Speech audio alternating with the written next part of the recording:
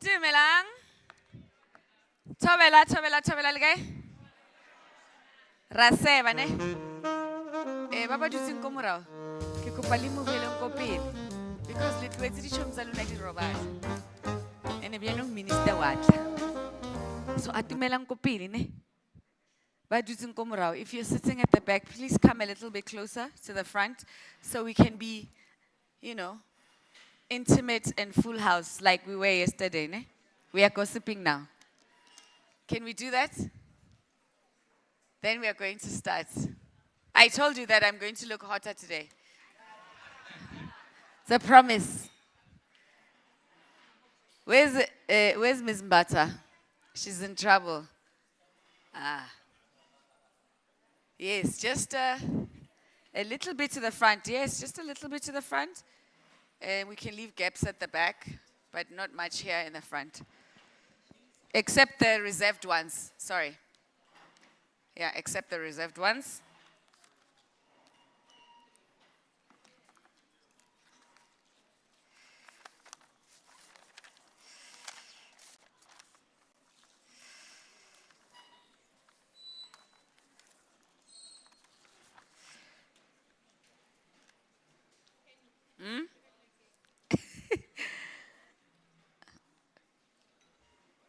Come on, guys. There's some gaps in the front. You can cover that. Please, where's my ushers? Please help me to just get some people to move a little bit to the front so we can get into it. Um,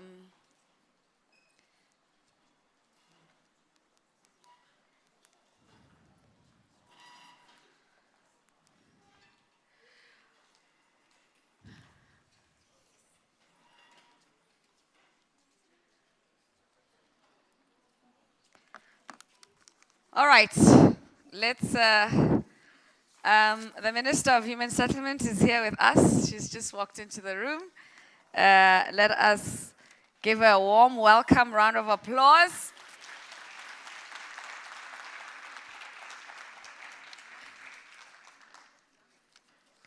Good morning, ma'am. Good morning to the rest of your executive and delegates who are here with you, the executive of CSOS. Thank you for joining us this morning. We were just about to get ready for this morning. We had a lovely, lovely, lovely day yesterday. I know who slept late. Yeah, I have the register.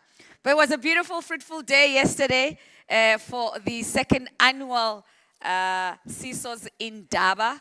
What a day. All the different breakaways, tackling the different issues that affect our community schemes.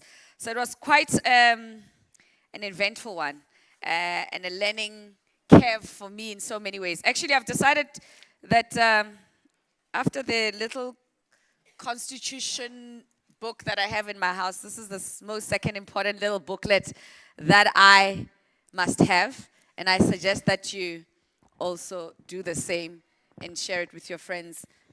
Okay, my mic is crackling a little bit, but I'm trying to adjust that.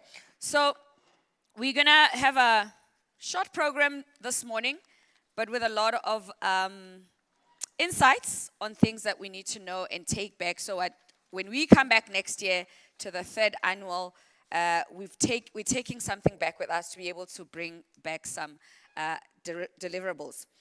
So how it's going to happen is that we're going to have the minister talking to us in a short while. And we're also going to be having those feedbacks from the plenaries of yesterday on the different, starting rather with the Sectional Title Schemes Management Advisory Council. We're going to be having that. We're going to be talking about well-governed schemes from a community side governance. We're going to talk about financial management of schemes. We're going to talk about empowerment of community. And obviously, based on yesterday, a lot of issues around governance is a big concern. Those who were in the Mujaji room, you guys even went on for over 30 minutes, and we're looking forward to hear how how it went yesterday. Because clearly, even lunch didn't matter. You wanted to continue on those issues. Issues of cultural diversity, issues of living harmoniously in those communities, issues of finances, issues of really people knowing what their rights are so that they don't find themselves running to courts and waiting for months and ends to get answers, rather to find ways to actually work with CSOS to be able to resolve some of those disputes in those communities.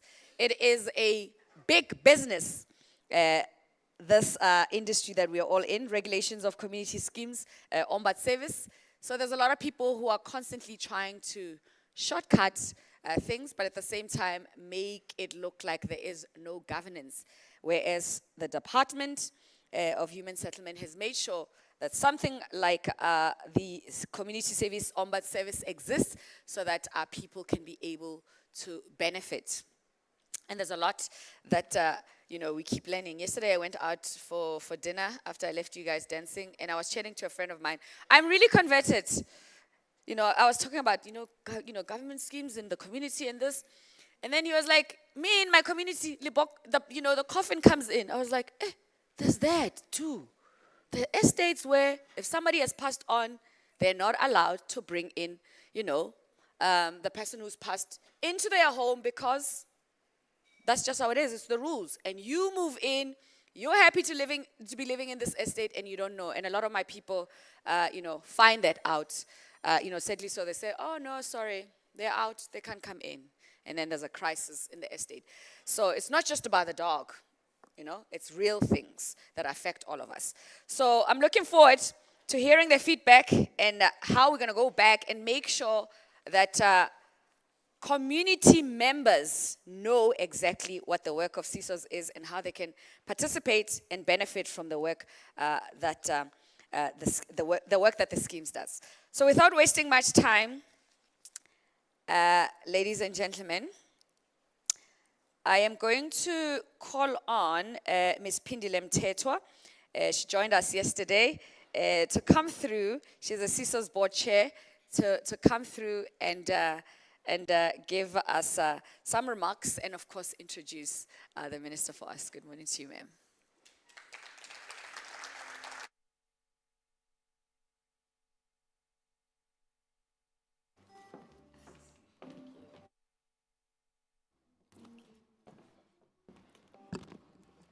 Ladies and gentlemen, good morning.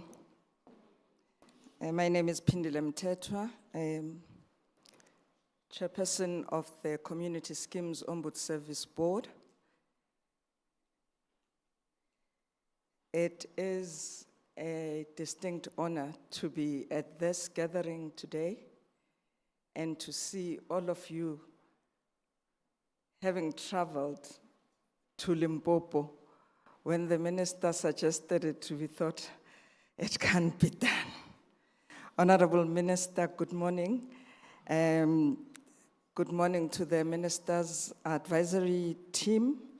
We also have members of the Minister's Advisory Council. We have members of the Sectional Title Schemes Management Advisory Council as well amongst us. DDG, good morning. Good morning to all ministers' advisors, the provincial leaders who are represented here. Good morning to you too, executives of the CSOS, Acting Chief Ombud, Ms. Gidiboni Petla, our CFO, Ms. Etembeli Hlembata, industry representatives. Good morning, people from all our stakeholder groups. We greet you and all protocol observed. Mine is a beautiful task of introducing this amazing minister, probably the hardest working of the ministers, Ms. Mamuluku Nkensani Kubai. She is the Minister of Human Settlements and a member of Parliament of the Republic of South Africa, recently reappointed to this portfolio which she has led since 2021. It's not a given that you will be reappointed minister in this country. So, Minister, it speaks to your work. Minister Kubai is the co-chairperson of the Social Protection, Community and Human Development, the SPCHD cluster in Cabinet, a member of the National Executive Committee and the National Working Committee of the African National Congress. Currently, she also serves as the chairperson of the ANC's Economic Transformation Subcommittees.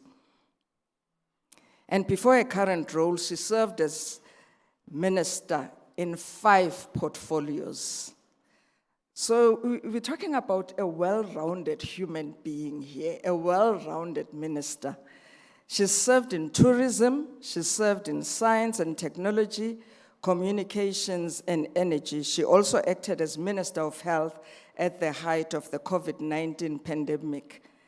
Minister Kubai started her career as a community developer in the non-governmental sector and subsequently joined the financial sector at First National Bank as a skills development specialist. And this talks to how she insists her people must be educated, her people must go for training. And at the last MINMEC, she said, all of you must go to school. Later, she worked in the business banking division at Nedbank. She joined the public sector as a skills development facilitator at the National Health Laboratory Services. She was then recruited to become a director in the office of the then Deputy President of the Republic of South Africa, Ms. Phumzile Mlambo-Ngcuka. She later became the parliamentary advisor to Ms. Mlambo-Ngcuka's successor, then Deputy President of South Africa, Mr. Kgalema Motlanthe. As a leader, Minister Kubai served as chairperson of the Transport Portfolio Committee at the City of Joburg Council. In 2009, she became a member of parliament, assuming several roles, including acting deputy chief whip of African National Congress and chairperson of the Portfolio Committee on Telecommunications and Postal Services. She holds a Bachelor of Arts degree from the University of Johannesburg, formerly Vista, a postgraduate diploma in project management from Demlin College, a master's degree in public and development management from the University of Witwatersrand, and completed a program for leadership development at Harvard Business School. She's currently pursuing a PhD in state-owned enterprises and corporate governance at the University of Johannesburg. It has been a distinct honor to serve under her, and her love for governance shows in the meetings that we hold with her as a board. And she always limits herself to governance when it comes to the board. Minister Kubai served a full term in 2019 as a member of the Global Artificial Intelligence Council, established by the World Economic Forum Center for the Fourth Industrial Revolution. Can I just stop there and ask the minister where she gets time to do all this?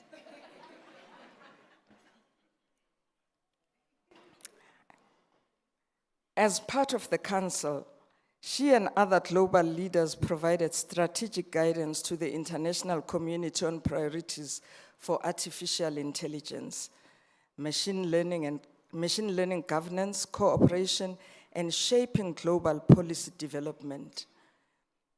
In 2020, Minister Kubai joined other global leaders as a member of the Forum's Global Future Council on Sustainable Tourism, a multi-stakeholder knowledge network tasked to advance innovative thinking for a more resilient, inclusive, and sustainable future.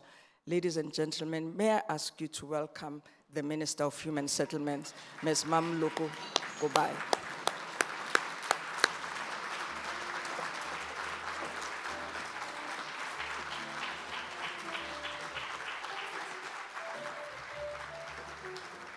Thank you very much. You may be seated.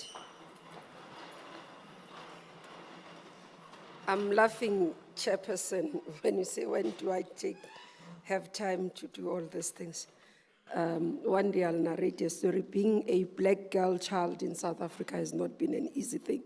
You had to work hard to prove yourself, but to make it worth for yourself to sit around the table and no one to question you. Thank you very much, Chairperson, and acknowledging your presence, the presence of the Deputy Chairperson, and all other board members who are here with us today. Program Director, my sister here, Penny, good to see you, and looking lovely as always. Acknowledgement of all members of the Ministerial Advisory Committee, Mepekani and Katu, who are here. I don't know if I missed another one. I saw them as I walked in. The advisors of the minister who are here, Dr. Marola and Sia, the acting chief ombud, Gidiboni Petla, Sectional Title Schemes Management Advisory Council as well, who are here. Last when we checked, I had one. I don't know if others have joined. Kuabas, who's here, DPR. Distinguished guests, ladies and gentlemen, and family of human settlements, both in national, provincial, and local government, but more importantly, as stakeholders, as CSOS executives, as CSOS, and executives in the department. In the department, they are led by DDG Ngongo. Ladies and gentlemen, indeed, welcome to Limpopo. Yes, Chair, I insisted that CSOS can't exist in Gauteng. It has to exist across the country. We've opened offices in Limpopo, and that's why it makes sense that we must rotate the conferences so that we make it accessible to those that we said we want to serve. So I'm looking forward as well to next year, it being in another province, not in Gauteng. You've done your inaugural in Gauteng. Once you have finished your other 9 provinces, then you can go back to Gauteng. So as a principle. But as you know, I'm former Minister of Tourism. So in the tourism space, we talk about my sector, conferencing as part of economic development. So it has to be deliberate. We've got to give opportunities to other people in other provinces to host conferences. We can't say facilities are not there. We create these opportunities and facilities will grow. Today you've supported Bolivia, it will grow tomorrow. Let me come to the reason why we are here, ladies and gentlemen. As you remember, last year I addressed the inaugural Indaba, which was held under the theme, Governance and Regulation, Shaping the Future of Community Schemes. During that conference, I made mention of a number of things I wanted to see happening in our sector. And I'm fortunate, as Chair has said, being reappointed back into the sector to be able to continue with our work, but actually accelerate the pace and the scale of how we do things. Among other things, it includes the promotion of diversity in community schemes, improve public relations of our schemes, or of CSOS as well, but ensuring that we can do good things. And I must say the recent issues that relate to CSOS are worrying because they sort of brand CSOS badly. And one of my tasks or one of my commitment when I arrived in the portfolio was to work around branding of the sector. Branding and ensuring that we focus on what we need to do and petty squabbles are stopped. So the recent newspaper articles about bad things in CSOS, which is the last entity now across all my entities, are extremely worrying, and I will be paying attention to them. Because if you look at the sector, 2021 when I joined, there was a lot of negative reporting in the media space. Not positive things that we do, not good things that we do, but a lot of issues. And we worked around the clock to ensure deliberately that we rebrand our sector, our portfolio, both the department and all entities. As I say, standing here today, I'm not proud, Chair, to say CSOS remains now in that category that is ideal for me or not a good space in terms of public relations. Another issue that I spoke about in that Indaba was transformation in the service provision and management of community schemes and transparency in the management of schemes. I raised these issues in the last Indaba. The report I have received from CSOS indicates that practice directives on undesirable rules was issued, which schemes have complied with.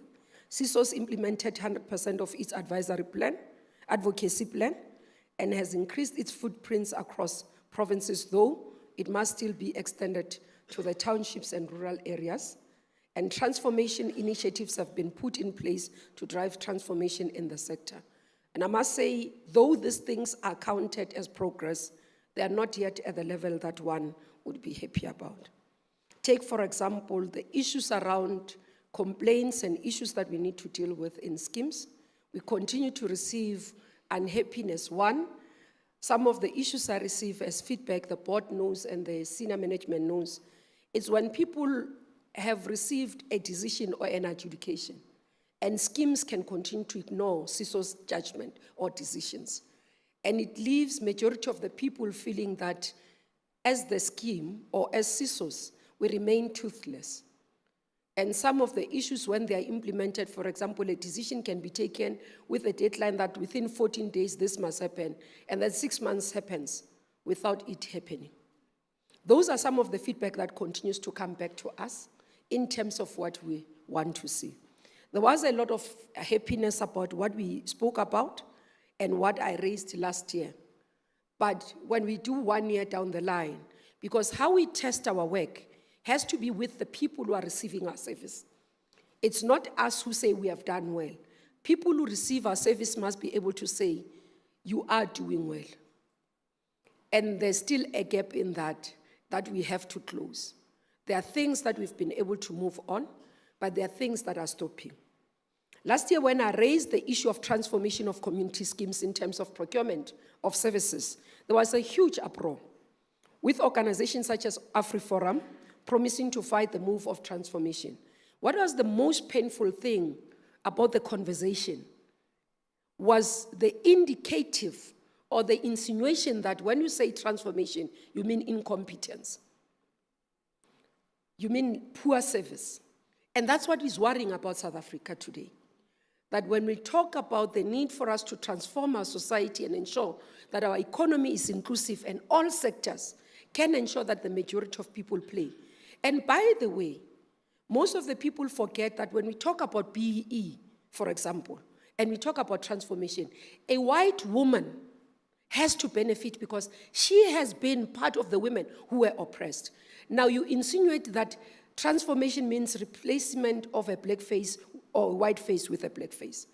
And it was worrying for me to see this insinuation coming through, because the issue for us is that we've got to be able to see transformation that everybody understands that we can participate. And similarly, while there was an uproar, there were those who were able to come forth. For example, the current Minister of Electricity came to me to say, in our estate, actually, we eventually had to get the person arrested because the person literally took our money as an estate, mismanaged our resources. So there are cases where you find that people close out, it's their children, because I'm a chairperson of the scheme, I'm responsible for this. Who provides services is my children, my nephew, and everybody else. From cleaning of the estate, from gardening, from electricity, from plumbing, and there are a lot of stories that come through. Now, our responsibility is not to say when people say, when we raise issues that we need to raise, and they find it difficult to consume. And you'd note with me, recently I just did with the banks, and we are not going to stop. Because we've got to build the South Africa we want. We've got to build the South Africa that all of us can be proud of. We come from a previously painful past, and we've got to be able to say, let's level. Transparency is important. As long as we can do things in a transparent manner, and we can be accountable. If the schemes, when they appoint contractors, whoever they appoint, they are transparent in it, I don't think they'll have a fight with the Minister of Human Settlements. They will have a fight with the Minister of Human Settlements if things continue in the manner that they are continuing, where there's no transparency and there's no accountability. But people are paying their money.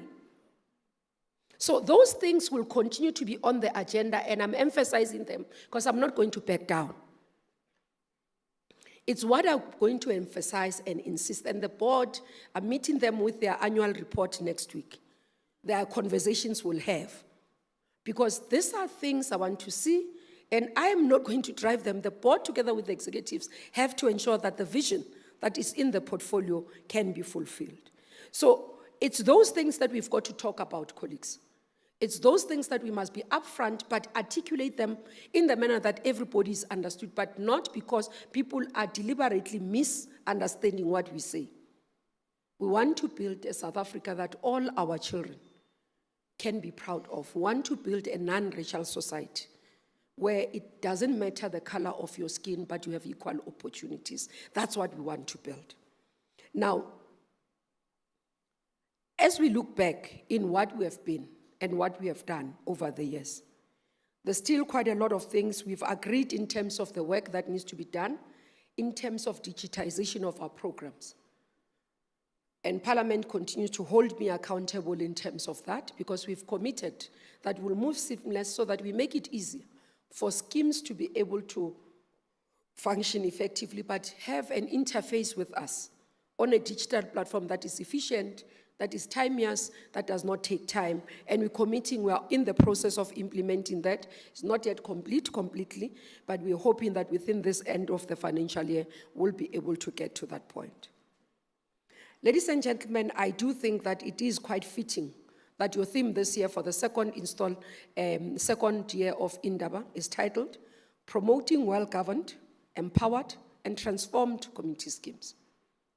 And I hope it doesn't just stay in a theme, Chair and Deputy Chair, but it translates into action. I hope that these 2 days that you have been here yesterday and today have really worked into this theme to say, how do we do it? Because always around Indaba, so that it doesn't become another talk shop, it doesn't become another normal thing that we come together, have fun together, and then we go back. But we've got to be able to say, how are we going to do that? When are we going to do that? And who's going to do it? So in each and every area of our work, when we talk about a promotion of well-governed schemes, how are we going to promote the well-governed government of schemes? Who will be the champion of that? Who's going to lead? And who does have which role in that area? And when will we reach a point or our target to say, this is our target that we would have our schemes well-governed?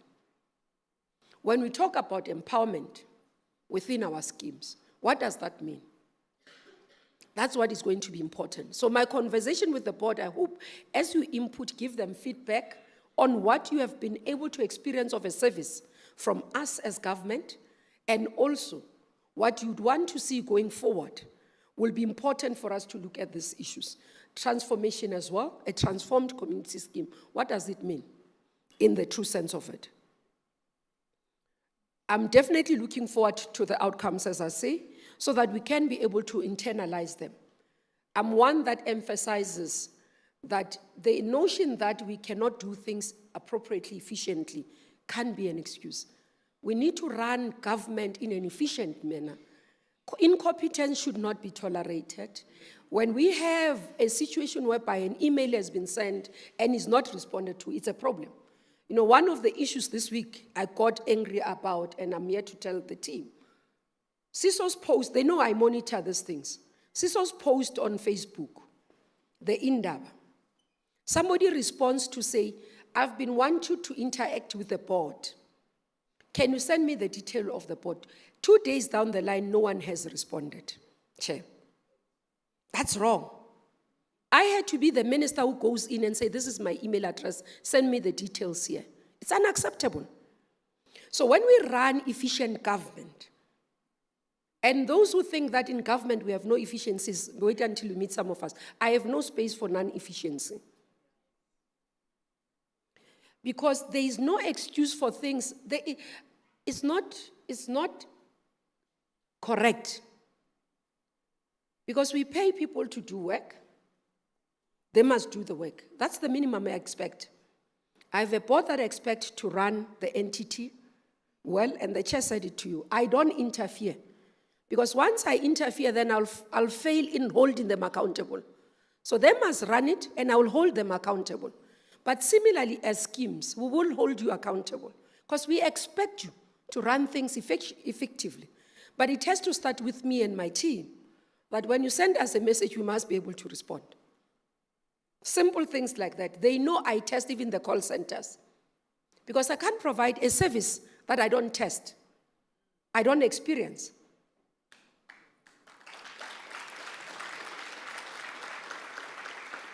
That's why I can tell you that I picked up, because I monitor all my entities' social media platforms. That's why I could pick up. Under that posting of promoting of the Indaba, there was a comment requesting an email address or telephone number. So it's these things that we've got to be able to.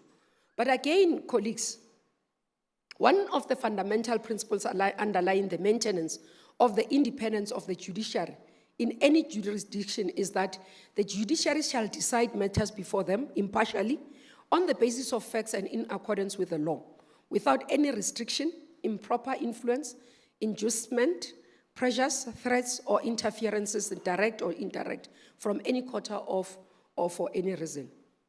It is my view for the CSOS to build confidence as the adjudicator or a dispute resolution authority of choice for community schemes. It has to be seen and act on the matters before it on the basis of facts and in accordance with the law, without any restrictions, improper influence, inducements, pressures, threats, or interferences, direct or indirect, from any quarter of any for any reason. Now, for us to build the confidence in you, we've got to be able to do this. In the adjudication that we give, we've got to be able to be seen to have been reasonable, to have been fair. And one of the things as part of building confidence in our work to all our stakeholders, I've requested all our entities to do lifestyle audit to all our employees. We've given them deadlines. Some of the entities have requested an extension. And the principle around lifestyle audit is that there shouldn't be a gap where somebody can be able to pay an employee of CSOS to be able to get a decision that is favorable to them, that is unfair in the process. Because those things is what you see. So lifestyle audit will audit our employees that they live within the means of their salaries. It's part of building confidence in the service that we provide. But we would want you to trust that when an adjudication process has happened, there hasn't been an undue process in the adjudication process. That's why we must build confidence mechanisms around our work so that you can trust that our work has credibility. Promotion of good governance and community schemes is at the heart of our mandate, which CSOS has to achieve through regulating, monitoring, and quality assuring the scheme and governance documentation. As I've already mentioned, you can only do this in a manner that builds confidence if you build internal capabilities. The question that you need to ask ourselves, whether CSOS has built sufficient capacity. We have tried our best in that, and we are continuing to do that. And I do think we are not yet at the point where I am satisfied as a minister. And the fact that I stand before you today, I do not have a full-time chief on board, speaks to the issue that we still have to do a lot of work. And I can commit that we are going to work around the clock to ensure that we are able to appoint a full-time capable person that will be able to run the institution with credibility, integrity, and honesty.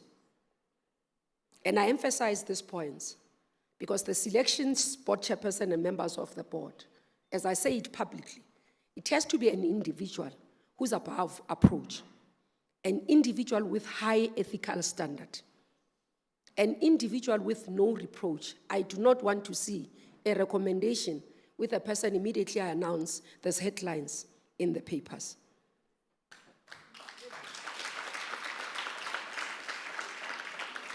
These are non-negotiables from my side with the board. But we say this publicly because we can easily say them in the boardroom. But we've got to build confidence in you that we are holding each other accountable. But you can hold me accountable as a minister because it's your duty. I serve you as schemes, as members of the sector, as stakeholders in the sector.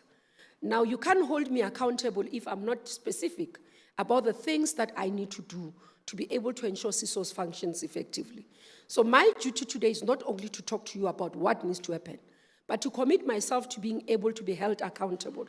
And you can be able to say next time when I come, and we change the format, not a minister just addressing, but a question and answer session where minister can interact and be able to get feedback and be given feedback with the stakeholders knowing that, Minister, this is what you have committed, this is the experience. So I do hope that in future we'll be able to allow for that to happen and be able to plan in timeously so that that is important. Now, we've done some work that needs to be done, as I said. With regards to transformation, there's much still that needs to be done. For example, CSOS entered into an MOU with Mid-City, Pretoria, and Trafalgar towards the implementation of an incubation program that will assist as part of the transformation. In giving effect to this MOU, CSOS incubation program will continue to ensure that, Mid-City entered into an agreement with 2 of the CSOS executive management agents, which is Rampedi Properties and Swali Properties. Since then, together with these 2 properties have been appointed and facilitated the process to establish and manage the body corporate Green Hills Africa Village with 2,172 units. So we'd want to see progress. These are 2, we'd want to see more, others coming to the 4th. This is a positive development. However, it is clear that something needs to be done to ensure the incubation program can expand. So we've taken a decision as the sector. We're doing incubation across. We've got incubation that we're starting at NHFC for funding. We've got incubation at PPRA for property practitioners. Now we've got incubation that we are doing here. One of the issues that I'm reporting, and I have requested the team, there is a need for us to work together closely, both SHRA, CSOS, and PPRA, because they are interfaced in terms of their work. In the estates, CSOS needs to ensure that the regulations allow for property practitioners not to be discriminated. We can't have a situation where a property practitioner is told, You must pay 100,000 to be able to sell in this estate. Where are they going to get that money? It is your rules as CSOS that must ensure that there's no discrimination in those community schemes. This is part of what we've got to be able to work in an interface manner and ensure that we can be able to. For example, when social housing are done, those management schemes, those community schemes that are being built there, we've got to be able to try and ensure that they work effectively. In terms of where we have worked together with NHFC, where we are building gated communities, we're building apartments, to be able to ensure that the management of those are in such a manner that are assisting. So there is room for expansion of the work of CSOS as well, in terms of just the network and collaboration within the portfolio.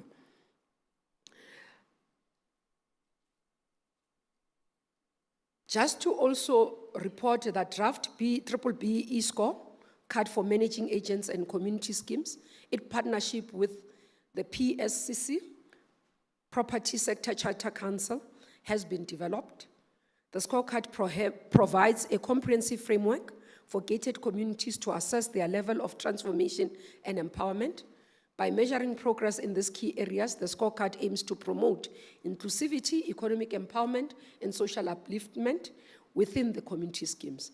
The ultimate goal is to create a more equitable and fair society that benefits all individuals, regardless of their background.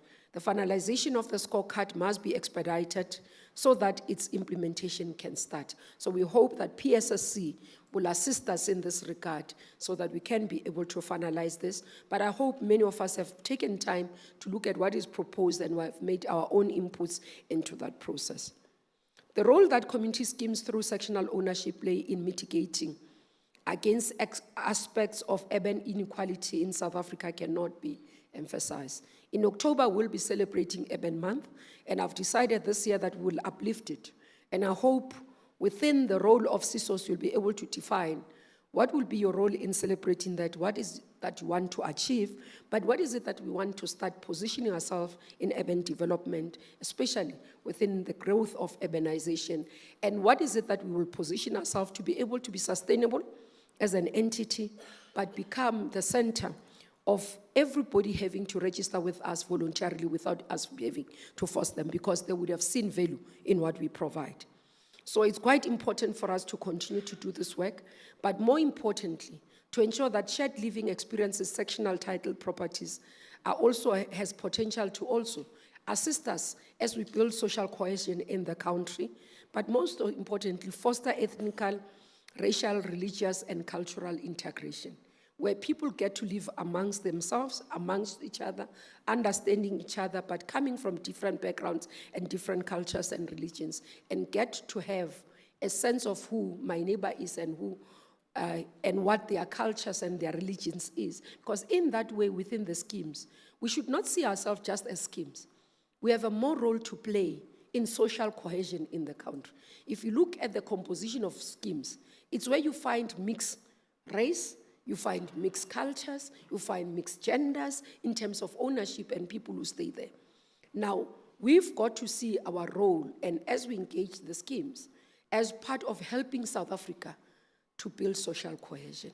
It shouldn't be just the role of rugby, Mapokopoko, to unite us, because currently we seem to be only united by Mapokopoko, all of us. It is our responsibility, each and everyone in the sector, to play a role in ensuring that we build the South Africa we want to see.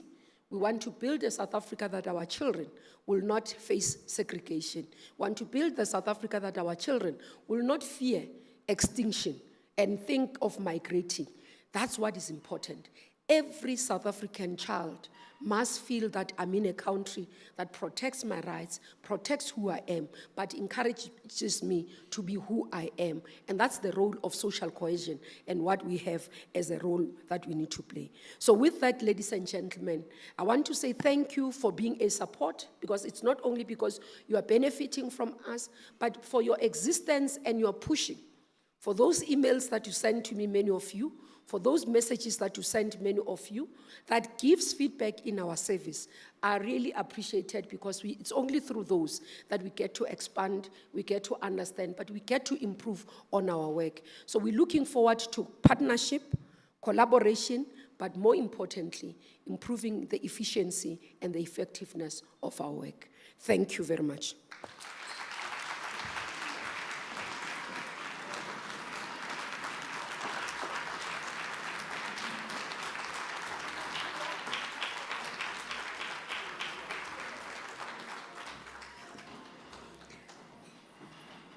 Swi twakala swinene leswi va nga swi vulavula va minister. Loko u nga twanga, hayi ke ni nge swi koti ku byela leswaku a va ri yini.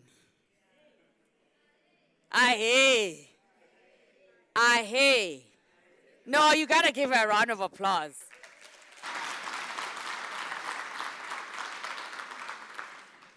Thank you, Minister, for that passion, the holding accountability, not of yourself, but the team, the schemes, because that's the only way that we can move forward and be able to build the South Africa that we want. The task is huge, the responsibility is laid out, and we all have a collective role to play. And I must say, sitting there, I was very challenged, and I was sitting there like, oh my God, what kind of ideas are there? What do we need to do to make sure that this lands? It really, really has to land. It has to land because we don't want that for our children, and our homes are places where we belong. You know, we all want to feel at home, not in our homes, but in this country, but we also have to understand that we live in a country that's very diverse, and collectively, we can be able to build it together. What a challenging declaration that Minister has made. And I think more than anything else, everyone in this room has to rise to the occasion to be able to achieve that. And it's doable. It is possible, because from what has been said and what happened yesterday, we know what the challenges are, right? We do? We don't? We do, right? Yeah, we definitely do. And we have a beautiful country to build. Thank you so much, Minister, for that. What a powerful session that you've just given us. All those issues, inclusivity in all sectors, the importance of transformation, member satisfaction in the schemes, good governance, improved PR branding, in the sector. Guys, please, I can help you. I'm just saying. There's a lot of work to be done.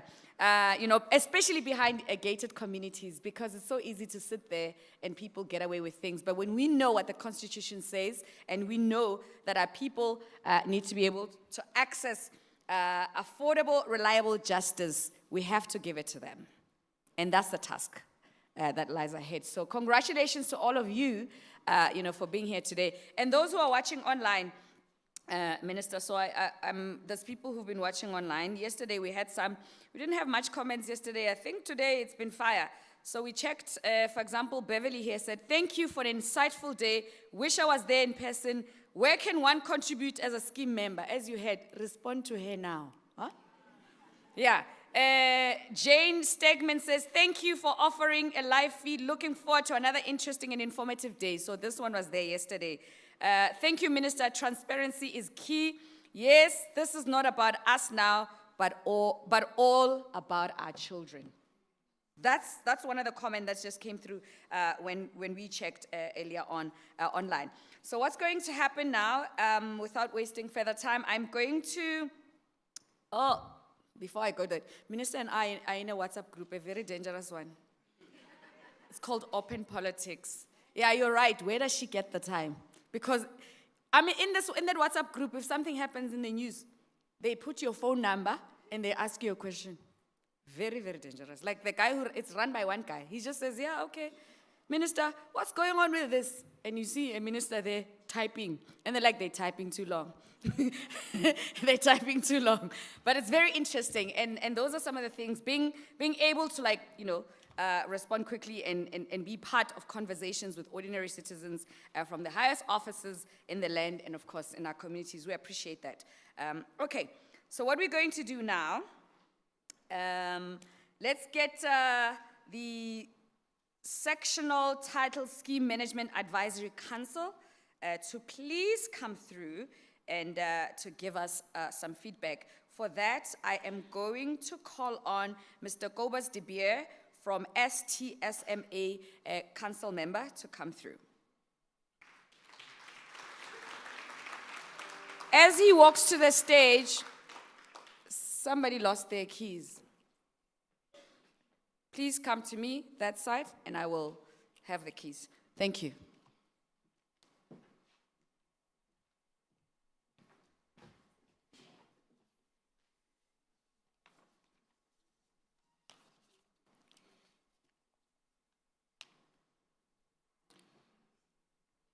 Good morning, everyone. My name is CSOS Indaba.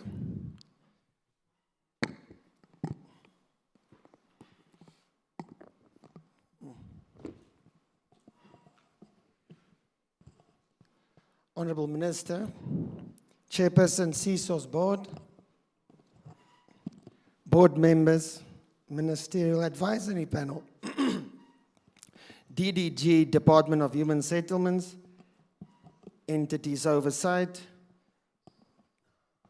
CSOS Executive Management under the Acting Chief Ombud leadership, Chief Ombud's leadership. All protocols observed. Ladies and gentlemen, let's get the show on the road.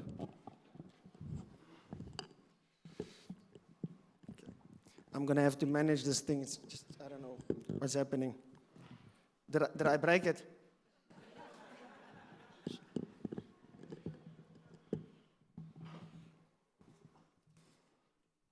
Thank you very much. All right, all protocol observed. So I was in the fortunate position to receive a brief from my fellow council, advisory council members today to make remarks in respect of our advisory council. So we will see in the next 30 minutes if I actually understand my brief properly. So guys, thank you for all the input, and let me start with how I see the mandate. Before we go into the slides, I'm going to just do an overview of parts that I want to just divide our slides and our remarks into. So it's five parts. The first part is I like to deal with things in questions so that we can don't lose the crowd. So part one would be, what is the STSM Advisory Council? We are going to use the abbreviation of STSM. Otherwise, my remarks will be very long if I have to say Sectional Title Schemes Management Act Advisory Council every second sentence. So I'll use the abbreviation, and sometimes I'll just use the long word. Depends on how I feel. So we've got 5 parts. Part 1 is, what is the STSM Advisory Council? Part 2 is, who are we? It's the second Indaba, we will discuss that. What is our mandate and the progress so far?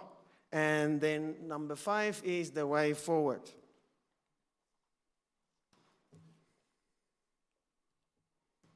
On number 1, what is the STSM Advisory Council? We are established by the Minister of Human Settlements in terms of Section 18. It's the inaugural council, so my advisory members and myself are the first advisory council appointed by the Minister. We are very privileged and excited, and we accept the mandate, and we are going to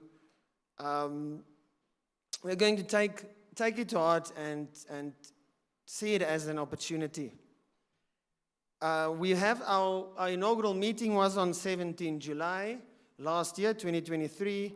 Our first meeting was at the end of September, 28, 29 September, and we now have a charter, and we have a work plan, and we have a calendar. Just a little bit of background. Now we are on, who are we? We are 7 members. Acting Chief Ombud is the chairperson of our council. Then we have the ministerial appointed deputy chairperson. We have then a senior official from the department. And the remainder, I will go through the names also appointed by the Minister. So our 7 members are Ms. Kiribone Petla. She is the chairperson and acting chief ombud. We have Josie Ngove, deputy chairperson. We have Dr. Moss, senior member of the department. We have Mr. Kobus de Beer. I don't think he's here today. He sent his regards. Ms. Chonyana, and last but not least, Mr. Motala. Slide 3, please. Oh, sorry. I'm in charge of my slides. Sorry for that. What is our mandate? The Sectional Title Schemes Advisory Council must make recommendations to the Minister concerning any matter specified in Section 19 in respect whereof the Minister may make regulations and, sorry, I'm old school, no tablets at this stage for me. Keep the implementation of the STSM Act and regulations under regular review and must make recommendations to the Minister with regards to amendments thereof and other action which may be advisable. And advise the Minister on any matter referred to it by the Minister. Section 19 regulations is the Minister may, after consultation with Parliament, make regulations regarding any matter required or permitted to be prescribed by regulation under this Act, and generally any matter that is necessary or expedient to prescribe for the proper implementation of this Act.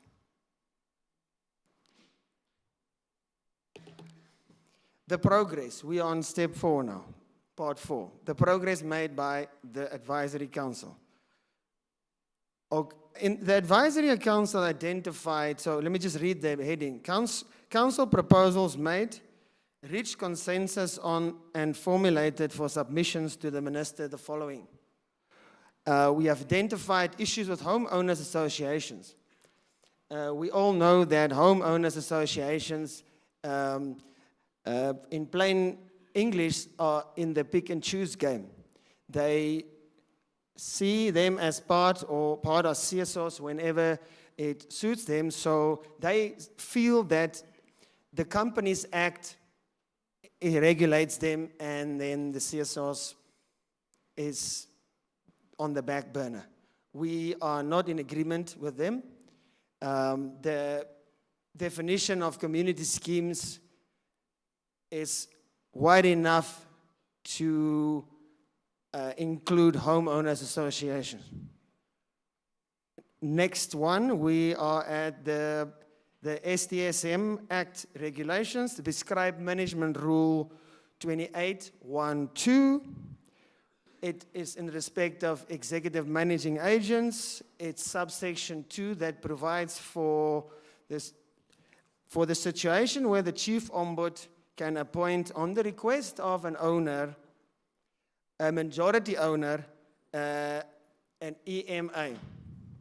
This is not, CSOS is a creature of statute, so we need to work on this aspect to give effect to subsection 2 in future. POPIA, there are provisions made for information to be shared of owners. In today's in respect of POPIA, owners' personal information are protected, and we need to provide personal information in line with POPIA regulations. Section 16 of the Sectional Title Schemes Management Act refers to the appointment of administrators. The appointment of administrators has been a significant challenge in the past and posed for the future. The Magistrates Court do appoint administrators that are not suitably qualified. The magistrates should be educated on case law that refers to specific individuals that are capable of dealing with very complex matters at administrator level. I am involved in this kind of thing, and it's one of those that no good deed goes unpunished.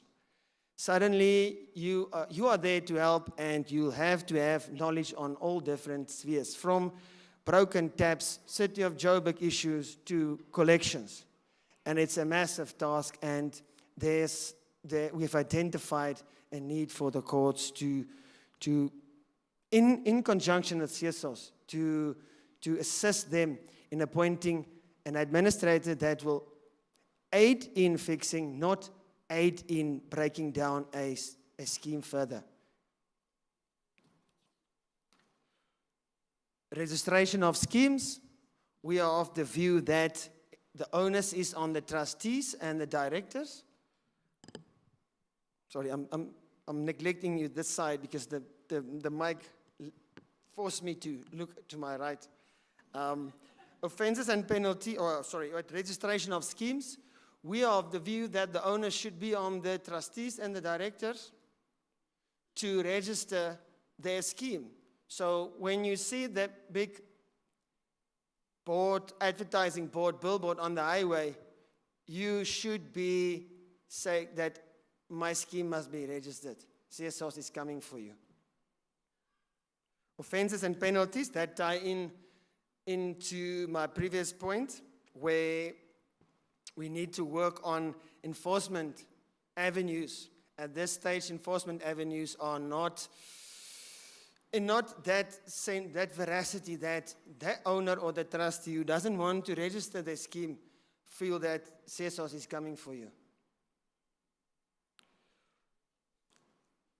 The last bullet is quite technical. It's aimed at multi-layered management structures. So developers, as they usually do, find loopholes. And on a practical example of this point is that they create a management association where you have to be part of. I don't know if anyone in the audience have been exposed to this, where a managing association deals with, and I think the minister also mentioned it briefly, that now there's a management association who's running the scheme for their own personal preference or personal pocket or anything in respect of their family members. You have to use ABC plumbers, or you are forced to contribute to certain things, and it's now becoming a business to the profit of a association. That needs to be addressed.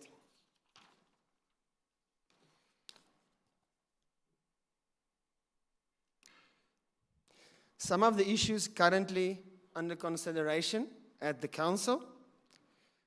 Section 17 of the STSM Act addresses the approach when a scheme is partially or fully destroyed. The implementation challenge in schemes which are not high density developments. Removal of trustees, theoretically practical, but in practice it depends on the dynamics of power relationships within a particular scheme.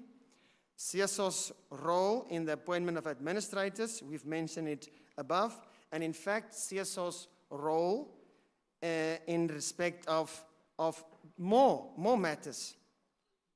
The obligation of body corporates to ensure the sections within the scheme is properly insured, and that will result in exposure of the trustees. And there's a loss of appetite in respect of in the insurance industry to insure certain risks.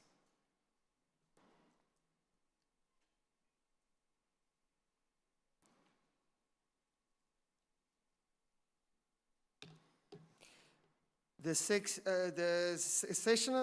Title Schemes Management Advisory Council comments on the draft white paper for human settlements. We have noted the draft white paper policy document, and we support the proposals aimed at responding to contemporary reforms and functional shifts.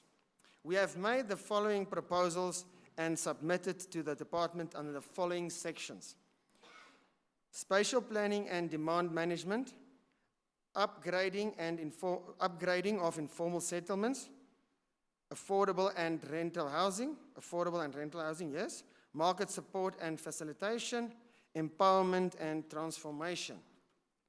Our proposed approach is to bridge the gap between formalized schemes and informal settlements. The Council advocates for a multifaceted approach that leverages the strengths of both legislative framework. Our recommendations are the following: to foster partnerships between sectional title schemes, government entities, and developers to increase investment in affordable rental housing projects within sectional title schemes. To establish mechanisms for cooperative governance to facilitate the development and management of affordable rental units within the sectional title schemes. To explore incentives within the Sectional Title Schemes Management Act to encourage developers to allocate a portion of sectional title schemes for affordable rental housing.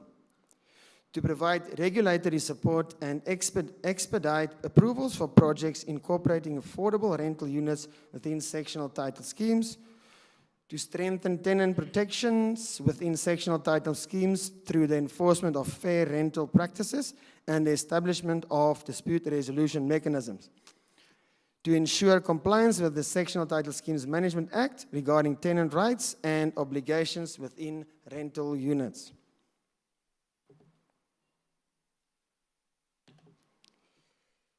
The Council's way forward. We have established a subcommittee. Subcommittee has been formed to assist the Council in its work. Stakeholder engagement sessions to be held in Q3 and Q4 in the 2024 and 2025 financial year. As sector experts, by virtue of everybody's role in the managing agent, trustees or owners, we rely heavily on your input and identifying issues which require an intervention in terms of legislative amendments or crafting of new regulations. Our short-term program is to interrogate the Sectional Title Schemes Management Act, the PMR rules and related legislation in order to identify key issues which require legislative review or can be addressed by the way of regulations by the Minister. There is a misconception that the sector is only regulated by two sets of pieces of legislation, which is the CSOS Act and the STSM. We have identified quite a few different provisions, like the SPLUMA for spatial planning regulations. So we are actually looking for the input of the stakeholders to identify other legislation and regulations that requires our attention. Thank you.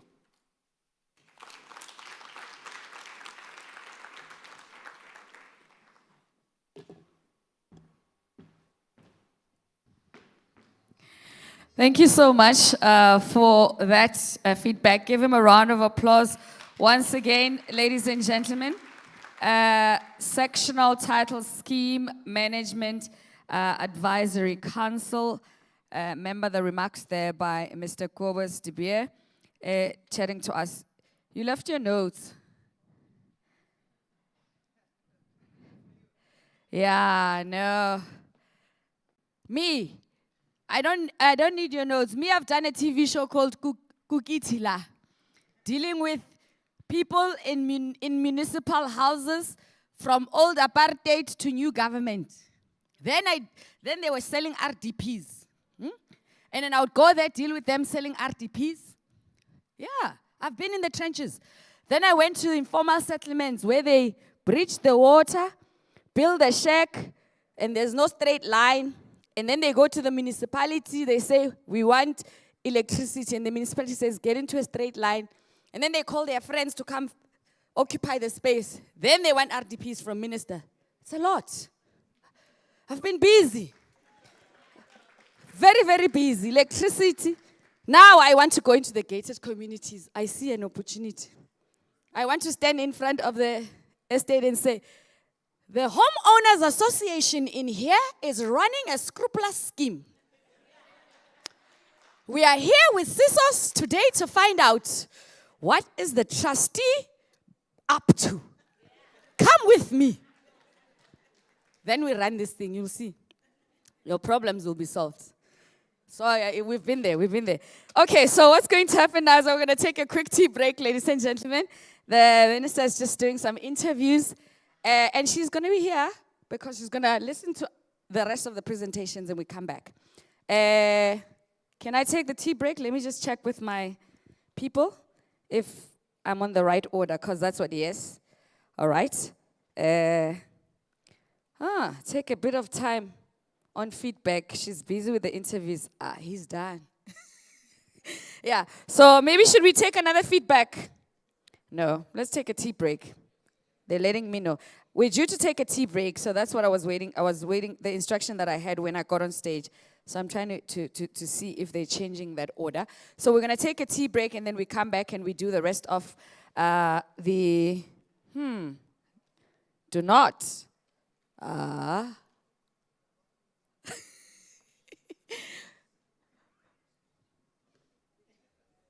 we take a tea break? 10 minutes. It's just for us to be silent so she can be able to finish off the interviews that side. So it's a 10-minute tea break. It's just for you to stretch your legs. And then we come back, and then we do the second part of the feedback. So we still have a feedback on governance and community, financial planning, financial management schemes, and empowerment of community schemes.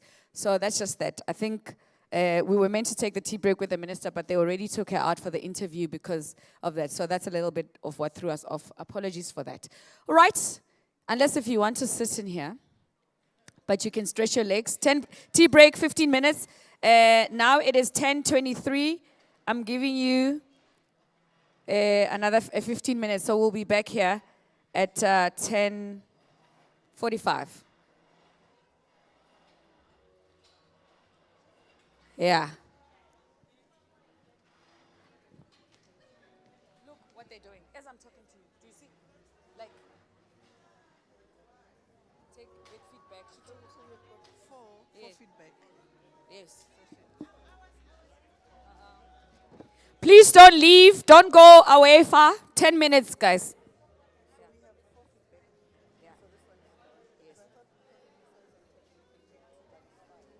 Do you want to? Can you do it without her? Yeah, but the thing is that we're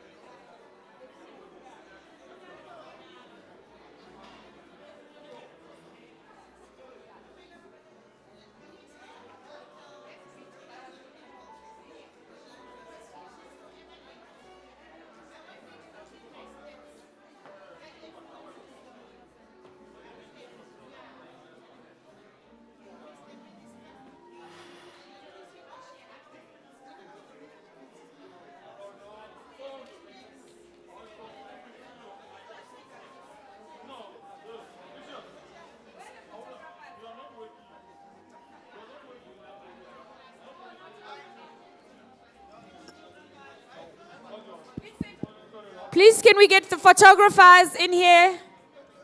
Photographer.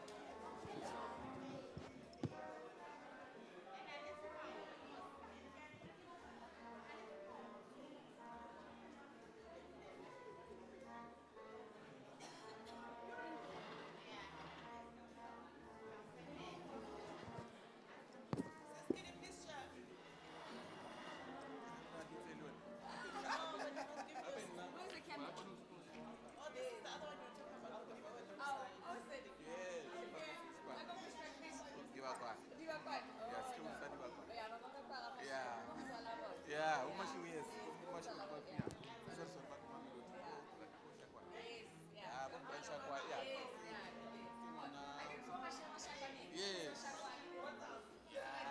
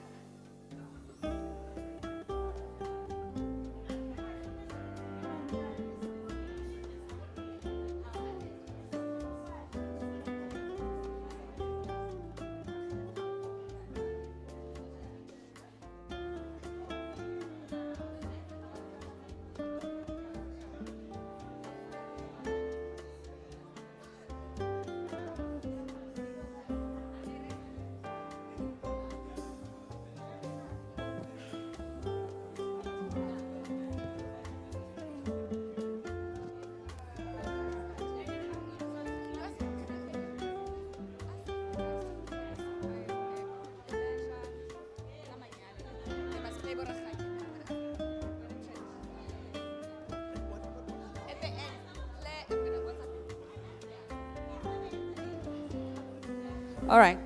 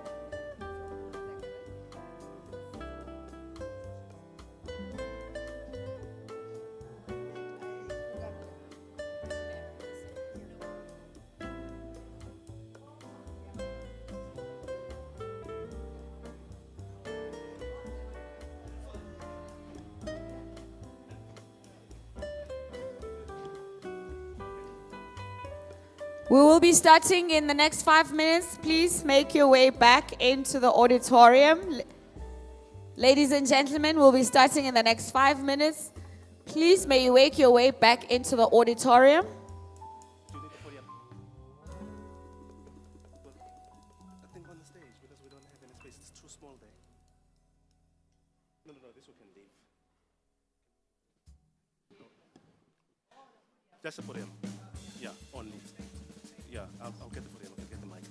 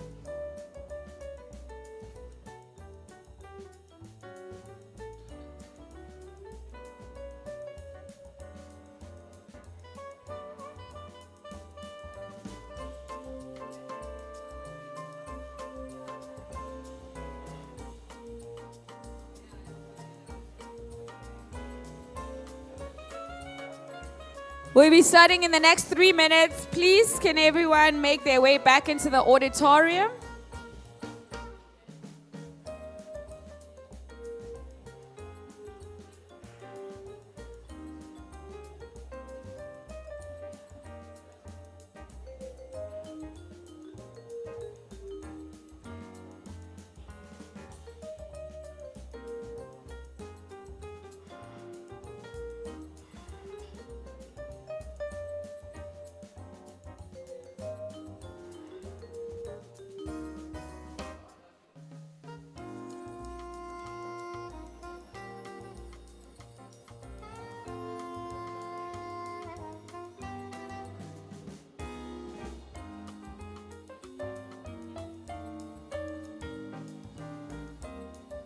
Please make your way back into the auditorium. We will be starting in 2 minutes.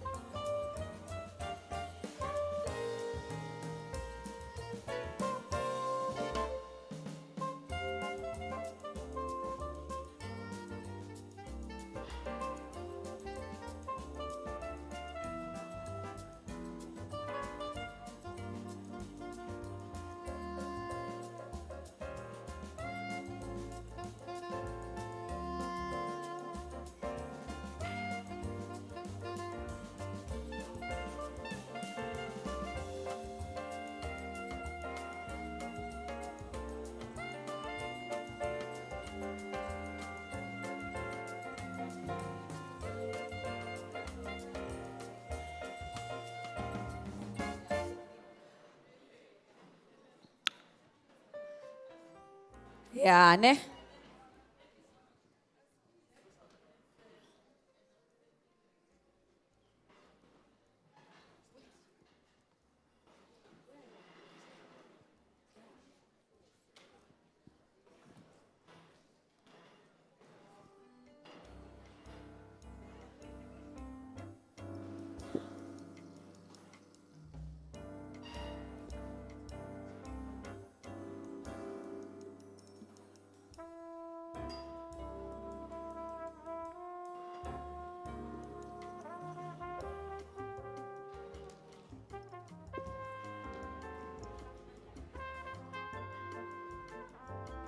Welcome back.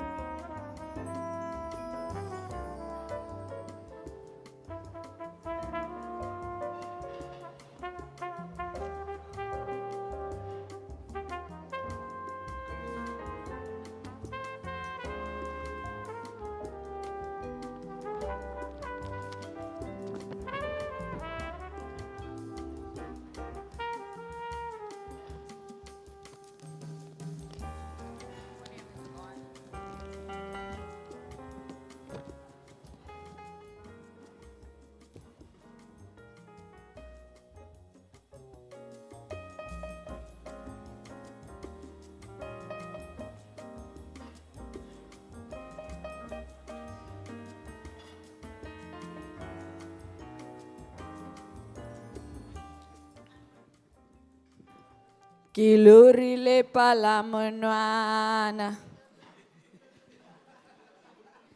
I requested for the song. Can't you matter, Mr. DJ? What are you doing? Eh?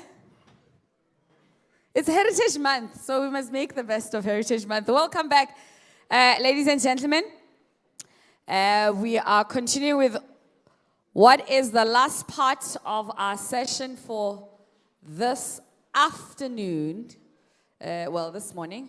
We want to be done as early as we can. I think without wasting much time, I don't know what's going on outside, but what I'm going to do is I'm going to get these young people who are standing on the side of the stage here to bless us with a performance. And I'm personally going to go myself and find people outside because I can't be calling people to come back in and they are still waiting outside.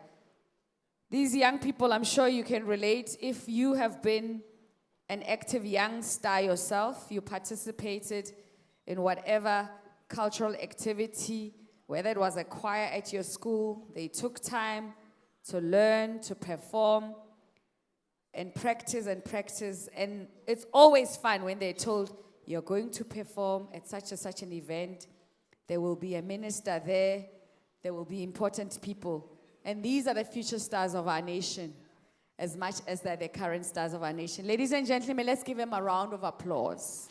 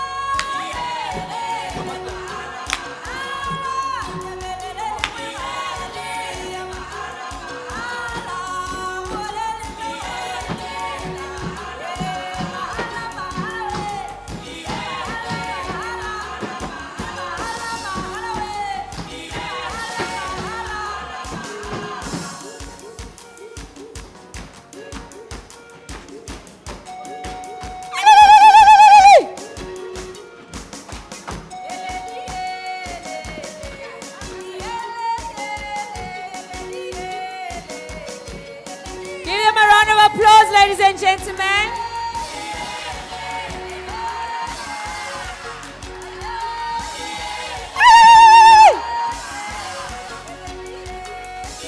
Oh, Banabarina Batu.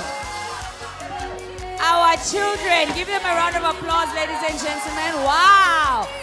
Wow, wow, wow, wow, wow, wow, wow. Shate. All right, thank you so much.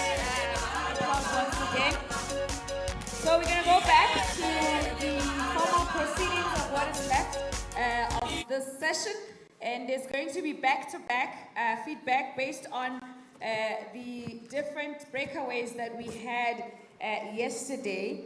I am going to call on for the feedback on governance of community schemes. And based on how that went yesterday, Mr. A.B. Masilo, are you my speaker? To give us feedback on that. Give him a round of applause as he ascends the stage.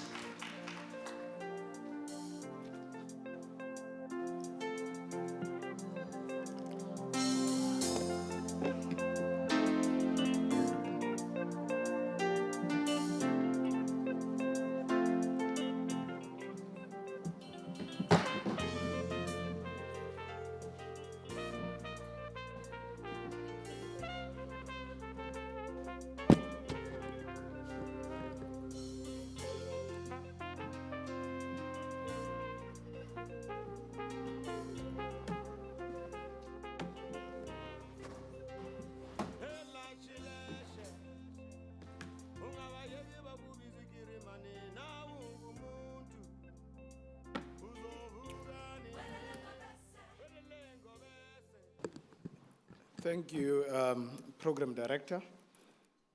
Let me firstly acknowledge the Minister. Just to say good morning to the Minister. I think she can hear me. She is outside somewhere, but she can hear me, fortunately. And let me also acknowledge the Chair of the Board and all protocol observed. I think we've had, the keynote address by the Minister this morning. And there are really a lot of things, the takeaways from that keynote address. And one of the most important things that I have also noted as I was sitting there was that And I would like to say I heard the Minister, loud and clear. And I want to also, thank her for, her counsel, in giving us, guidance. Certainly, the CSOS does not belong to Gauteng. That was one of the first key things that she referred to. And Minister, you were very intentional that everyone has a right to service delivery, hence the footprint here in Limpopo. And obviously, to other provinces as well. The Republic of South Africa is a rules-based society adhering to the supremacy of the Constitution of the rule of law, which I said this yesterday. Now, the issues that we dealt with yesterday during our breakaway session, we had to deal with the fact that the CSOS faces a significant influx of disputes within community schemes. And we explored these areas, particularly the areas of adjudications, which the Minister emphasized a lot about, the outcomes of those adjudications earlier this morning. And with the adjudications, the most key thing there is three of them. Is the application of the adjudication order, is the interpretation of the adjudication order, and finally, the enforcement of that adjudication order. The problem statement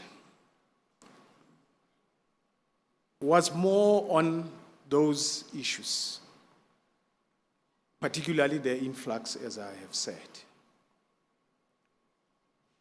Now, the three areas that we dealt with when we went to, our breakaway at Mujaji was the case management regarding the process of the alternative dispute resolution, which you would recall that this is one of the first mandate of CSOS to provide an alternative dispute resolution. And secondly, we also dealt with whether to approach the CSOS or courts, and we term that pick your battlegrounds. So that it is important for people to understand where we fit in and where the courts come in as well in order to assist where there are issues within these communities. And finally, we then dealt with a lot of the adjudication orders, the case law, and the adjudication orders versus those case law. And you will note, as I explain, that there are those divergent orders coming from the different interpretation of this legislation. One court can give a different outcome on the same facts, and the other court may come and overrule that. And we see this happening even in courts. And therefore, we also need to be mindful of those things as we go along. When we deal with the case management, the ADR has 4 pillars, and we felt that we should start firstly with the case management. We are in Limpopo here. People are not aware of our services, and we wanted to ensure that they know exactly what we mean by that alternative dispute resolution, so that they can understand the entire process before we get to the cases. And under the case management process, we dealt with urgent matters. We dealt with conciliations. We also dealt with the adjudications of this. And there is another area that must be dealt with when you deal with your case management. That is efficiency, effectiveness, and responsiveness. And you note the minister spoke about the responsiveness that she has received an inquiry 2 days ago and no response whatsoever. So these are the issues that we focus on. Make sure that we improve on those services. Now, the case management officer must consider the issues and where the matter falls outside of the jurisdiction of CSOS, because the grounds would not fit perfectly with Section 39 of the CSOS legislation, which is our jurisdiction, then the matter unfortunately must be rejected. And this is where we get to, have a lot of discussions, if I may say that, a lot of uneasiness and a lot of unhappiness with some of, our stakeholders who are not happy with the fact that we are rejecting the matter because we are an ombud. And if you look at the definition of the ombud, it's somebody who assists the public in simple terms. And you can look, it has quite a number of definitions there. But essentially, it means somebody who acts on behalf of the public. Now, the CSOS provides a dispute resolution mechanism, and they need to be independent, as the minister has indicated, and fair and just. Now, in doing that, you need to ensure that you align with the legislation that governs your powers, that gives you the power to do that.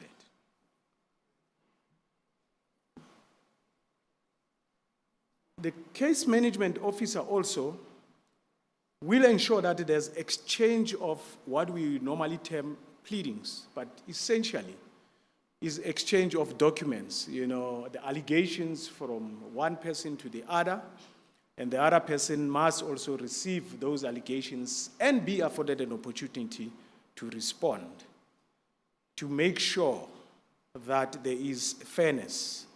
The principle of the right to respond would have been adhered to. Now, I spoke earlier about the urgent matters. I explained at the session that the CSOS legislation, in terms of Section 39, has 7 categories of issues that they can be dealt with. However, the last provision there, Section 39(7)(b), provides the chief ombudsman with the right to propose any other order. Now, this is where we will receive an application, and someone will say, but look, in terms of Section 39(7)(b), you must hear my issue, you must hear my case. But it says there, the chief ombudsman must propose. But you see, when we propose these orders, and which are all the urgent matters, when we propose these orders, we want to ensure that we are not amending the legislation and the regulations via practice directives. We need to be mindful of that and careful not to amend the legislation in that way. Because once we get to court, we'll be found wanting. And that's the reality of the legislation that governs us.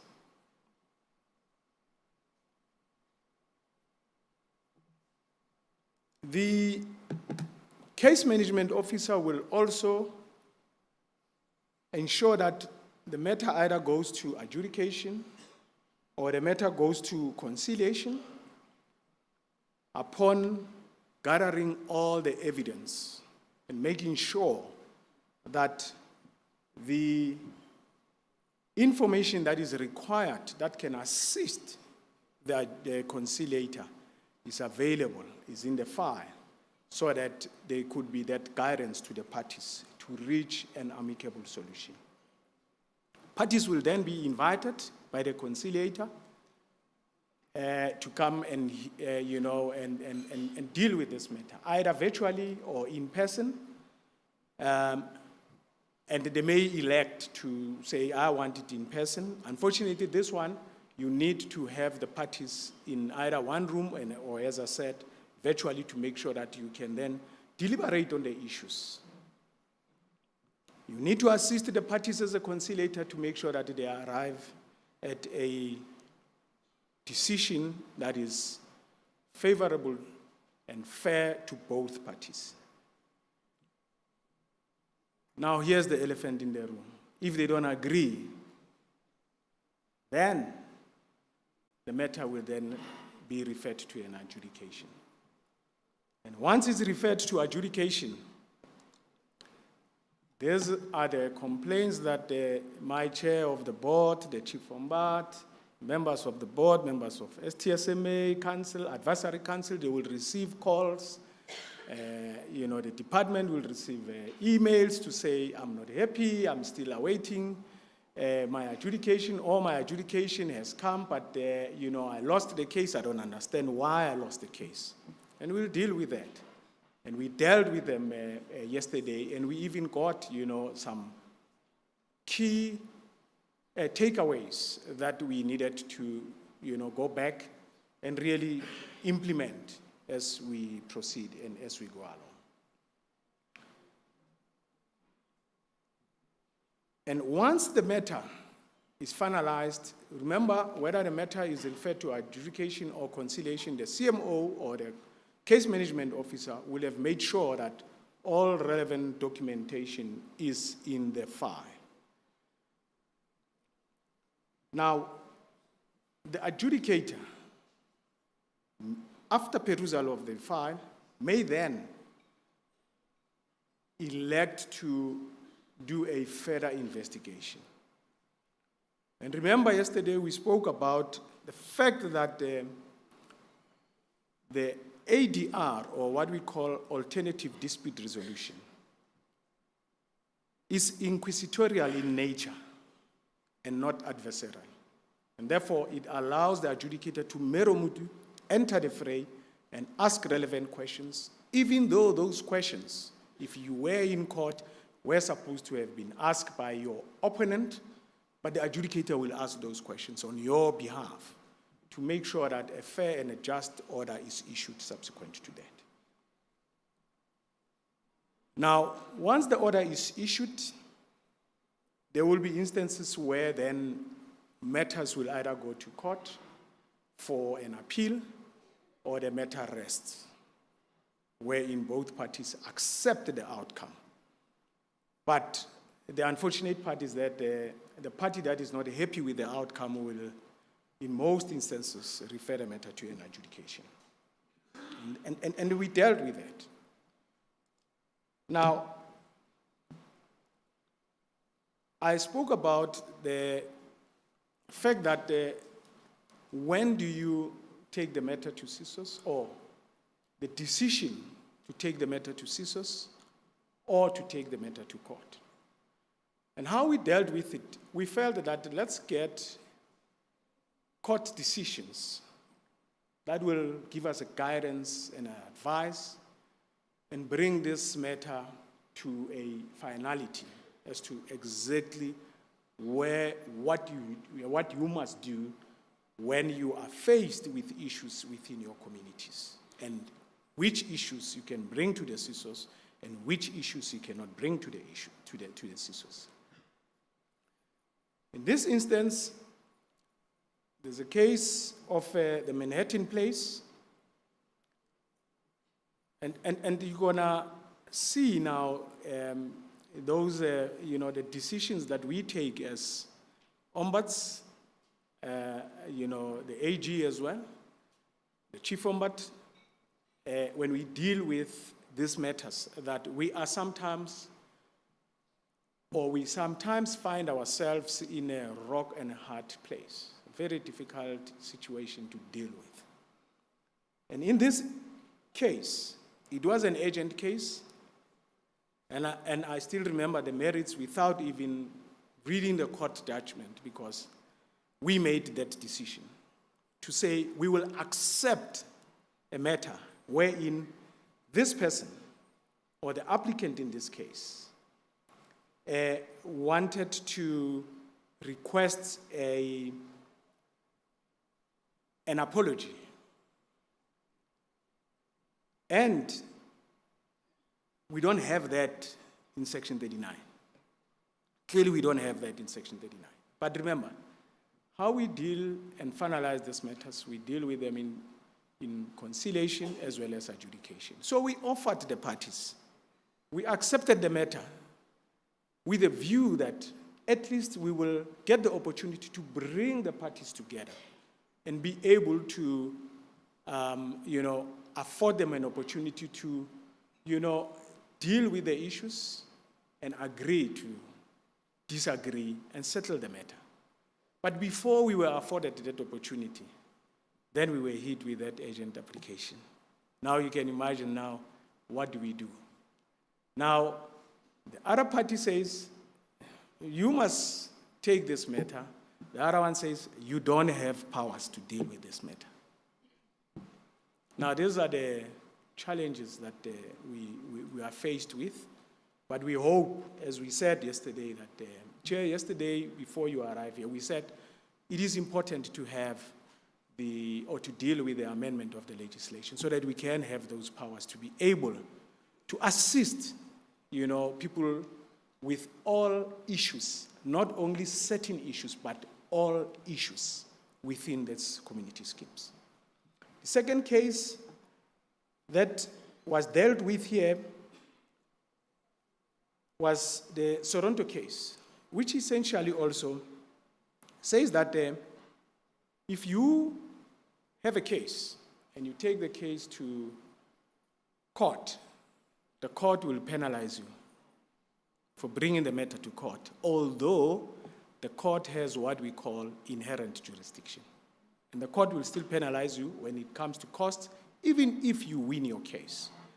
And this matter, the court essentially, or the applicant won his case, but there was penalty as far as costs are concerned to say you should start your case at the CSOS. And that is why we are saying matters must come to CSOS, because the CSOS is the court of first instance. You need to start with CSOS. We went on to deal with other cases as we navigate this decision whether you should come to CSOS or not, and whether the decisions that we take are correct or not.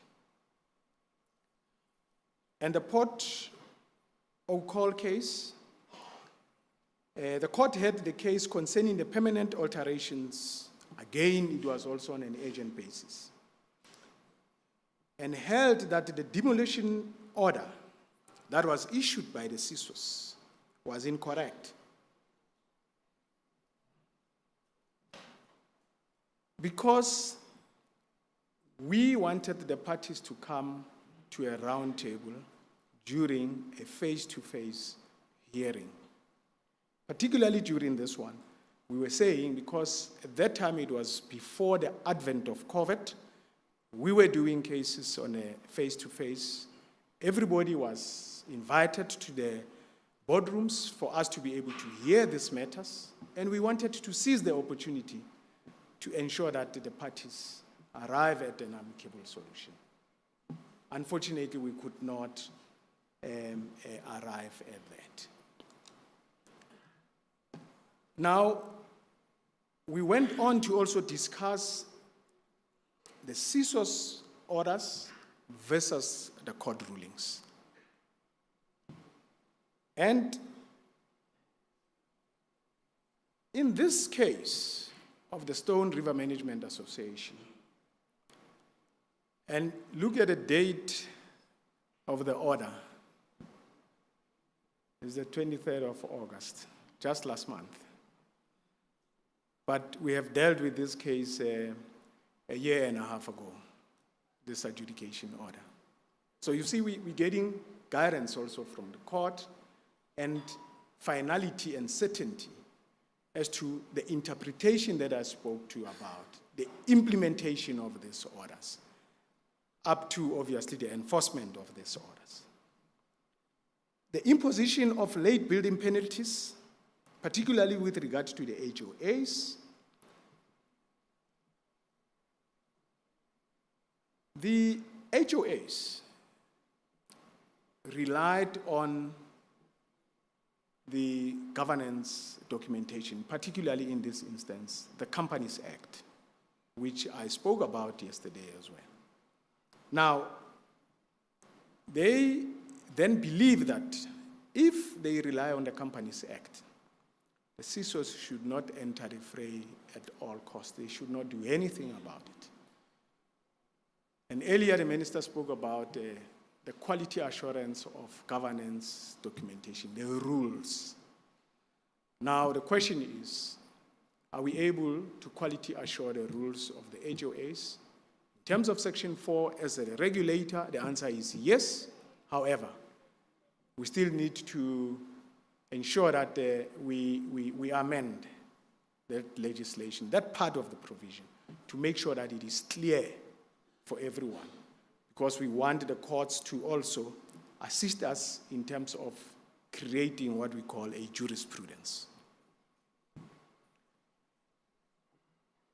The next case that we dealt with, and on that other case, the court agreed with us to say, you are correct. You can, the adjudicator, you're correct. You know, in how you interpreted that. Although you should not go beyond certain powers as well.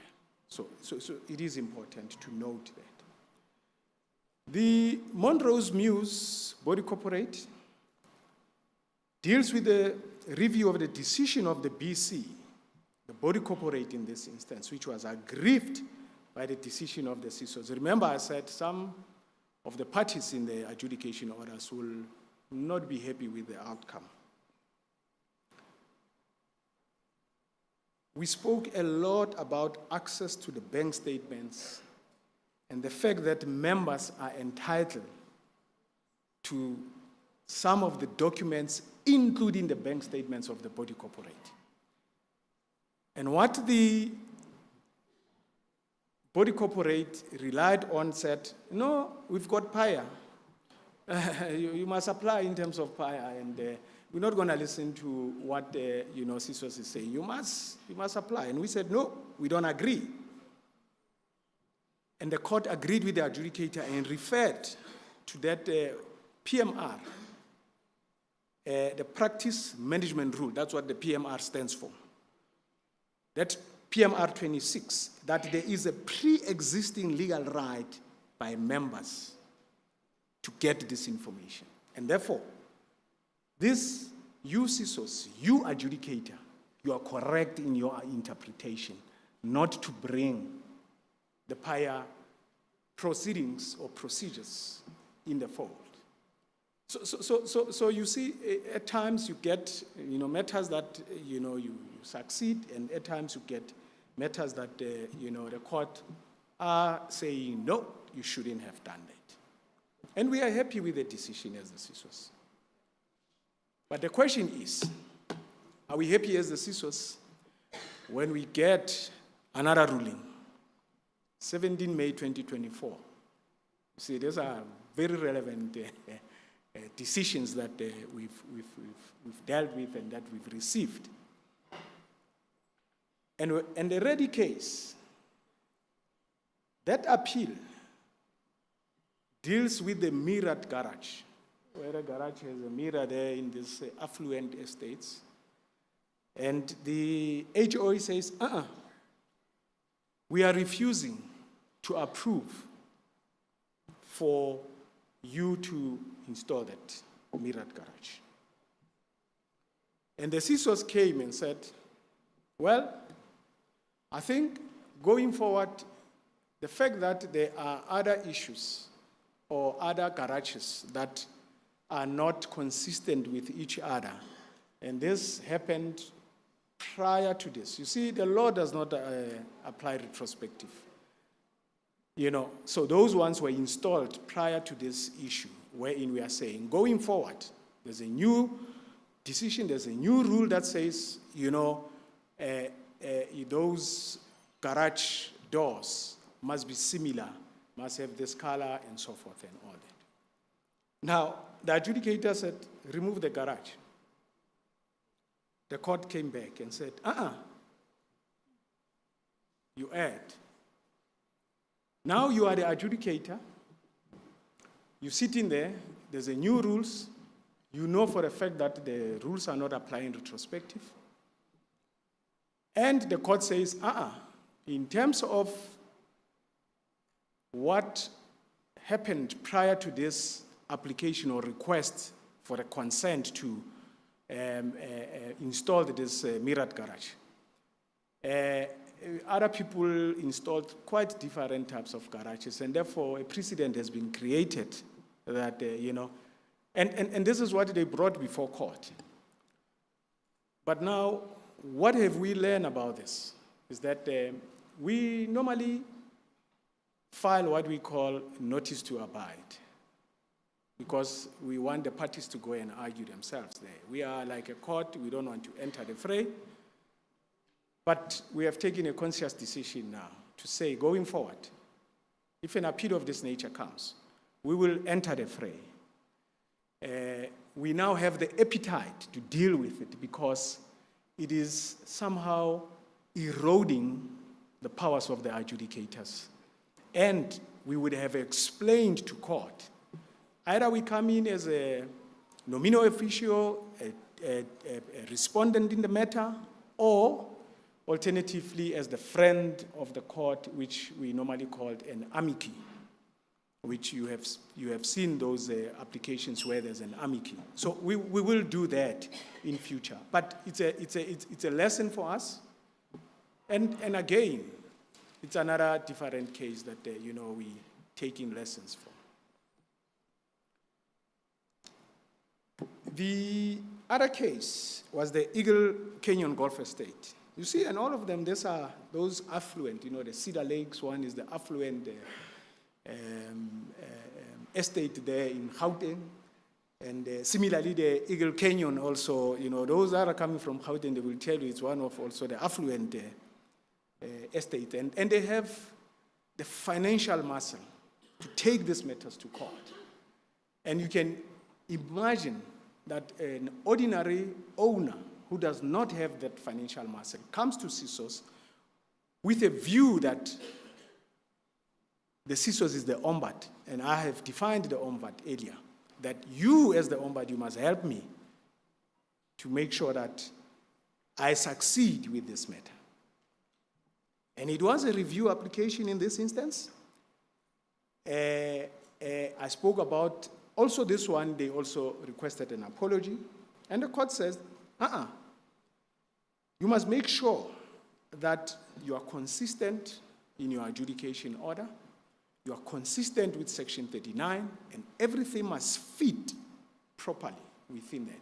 But the question is, how do we create jurisprudence when we are not afforded an opportunity to build this law, to build this industry in terms of, what we can do or the work that we can do? Now, at our breakaway, we then looked at quite a number of takeaways. And the takeaways will also come to the issue of our training, to say we want to make sure that there is that understanding of the legal framework by the adjudicators. So an ongoing training, and obviously collaboration with the judiciary so that we can always be on the same page. Two is that to also follow correct processes and act consistently. I spoke about that. So we took that as a takeaway to say, we accept, we hear you. And also, when the matter is presented, that the adjudicator must consider all relevant facts. Remember the mirrored garage door that I spoke about, that you need to consider all relevant facts. And the adjudicator has the powers in terms of Section 51 to enter the fray, to investigate the matter further, but you are also held back by the fact that you need to finalize this matter as quick as possible. And once you start your investigations, it also takes time for you to arrive at a decision because you must wait for investigations and so on. So you must strike a balance there. We need to be clear regarding the correct relief sought in terms of Section 39. I spoke about the Section 39(7)(b, that it allows the chief ombud to, propose certain orders as well. But be that as it may, as you do that, you must be careful not to amend the regulations, lest we go to court and we have to argue as to whether are we correct, and we might be found wanting. It's really a very gray area. But the question is, do we have the appetite to do that? And we will go back and deal with it as executives and the board to say, we feel that we should take these matters further. And we'll engage the STSMA as well for their advice to say, should we deal with these matters in this manner and continue to do that? And we appreciate why the STSMA Advisory Council is also here, to assist us in terms of the interpretation and the understanding of this legislation as well. We further, as we continued with the takeaways, we were mindful of the fact that there must always be access to affordable justice and efficient administration. Now, the courts have serious problems. And if you look at the fact that they are inundated with a lot of matters, it is difficult for them to finish and finalize their matters. To an extent that the chair and some that were not here, and hopefully the minister I'm hoping she can hear me where she is now, is that we spoke about the Judge President of Gauteng, Dustin Mlambo, last week, just recently, last week, on radio, where he emphasized the serious backlog in courts, where he emphasized that the next available date is 2029 for a trial matter, a ready trial matter. Now you can imagine, and that was on radio.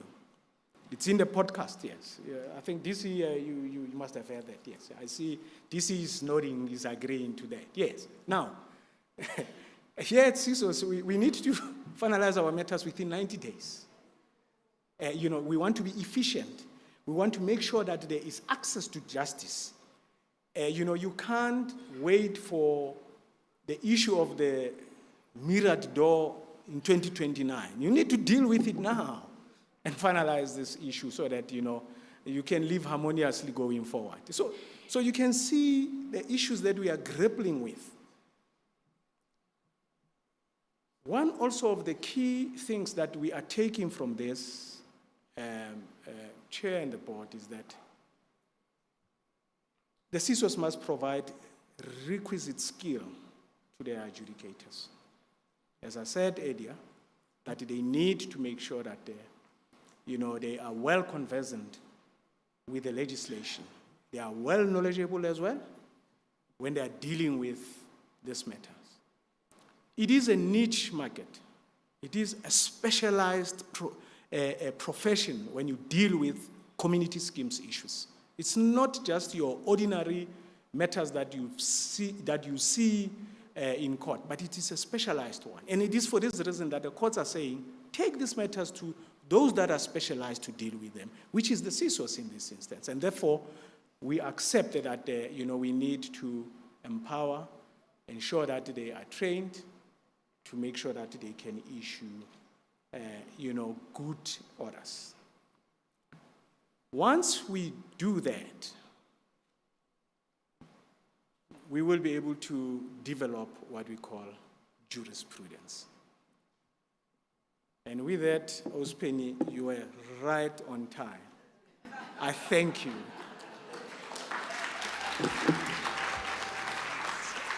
Give him a round of applause. I thought I should come rescue you. I thought I should come rescue you because it was my bad. I should have told you that they do hear you. The DDG is here to receive everything. But you were right when you had a shorter vision. I know that you changed it, but it's okay. I'm with you. It's my fault. Give him a round of applause. Just like yesterday, I think the issues of governance are that intense, and well-governed governance of community schemes is like one of the biggest challenges, and that's where a lot of the work has to be done. And obviously, getting members and schemes to adhere in those communities is quite intense. So we'll take it from there, and we will get to the financial matters. It's short, sweet, to the point, but they still in there. So make sure, what are the things that need to be done to make sure that that is tackled properly. So let's call on our CFO, who was running a session yesterday, to come through and give us that feedback.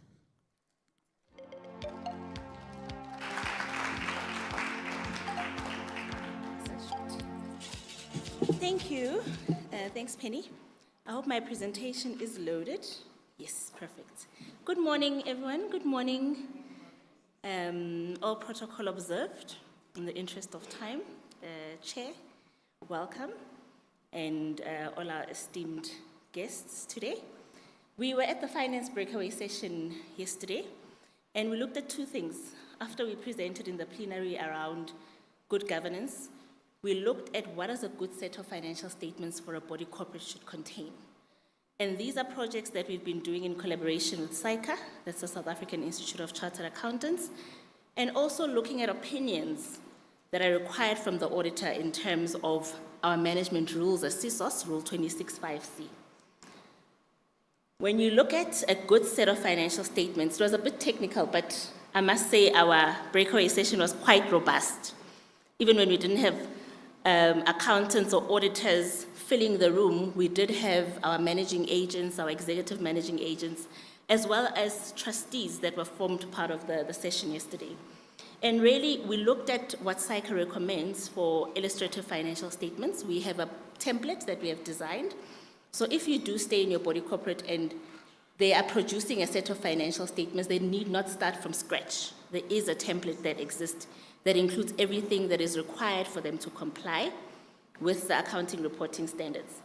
So it's important to note that the management rules also that CSOS has does prescribe the specific formats that these financial statements should take. But we also take into account the flexibility of different accounting standards that the schemes may adopt to use. And there's currently no Excel template that we have. And we looked at the issues of maybe developing one and sharing that. And also, we discouraged the recognition of long-term liabilities. You'll recall in my earlier presentation, we said schemes should not be having long-term liabilities because that has undesirable effects. So if you go through your scheme's financial statements and there's a line item that is called non-current liabilities, that's a red flag, because it means someone has taken a decision to go and commit the scheme to long-term debts.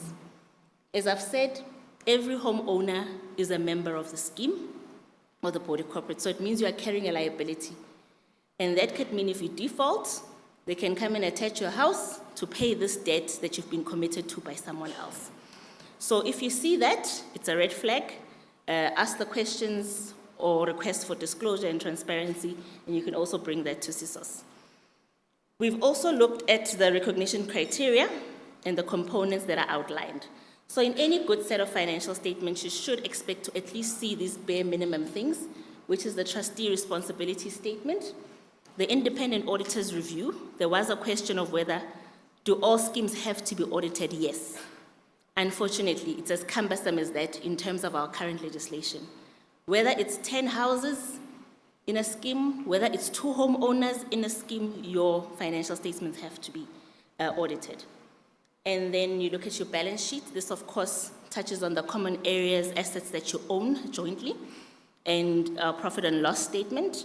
Of course, the scheme is not there to make profits, but there must be a healthy cash flow that exists there, and that you'll see it in your cash flow statements. Accounting policies, of course, very important, as well as your notes that explain to homeowners what those balances entail.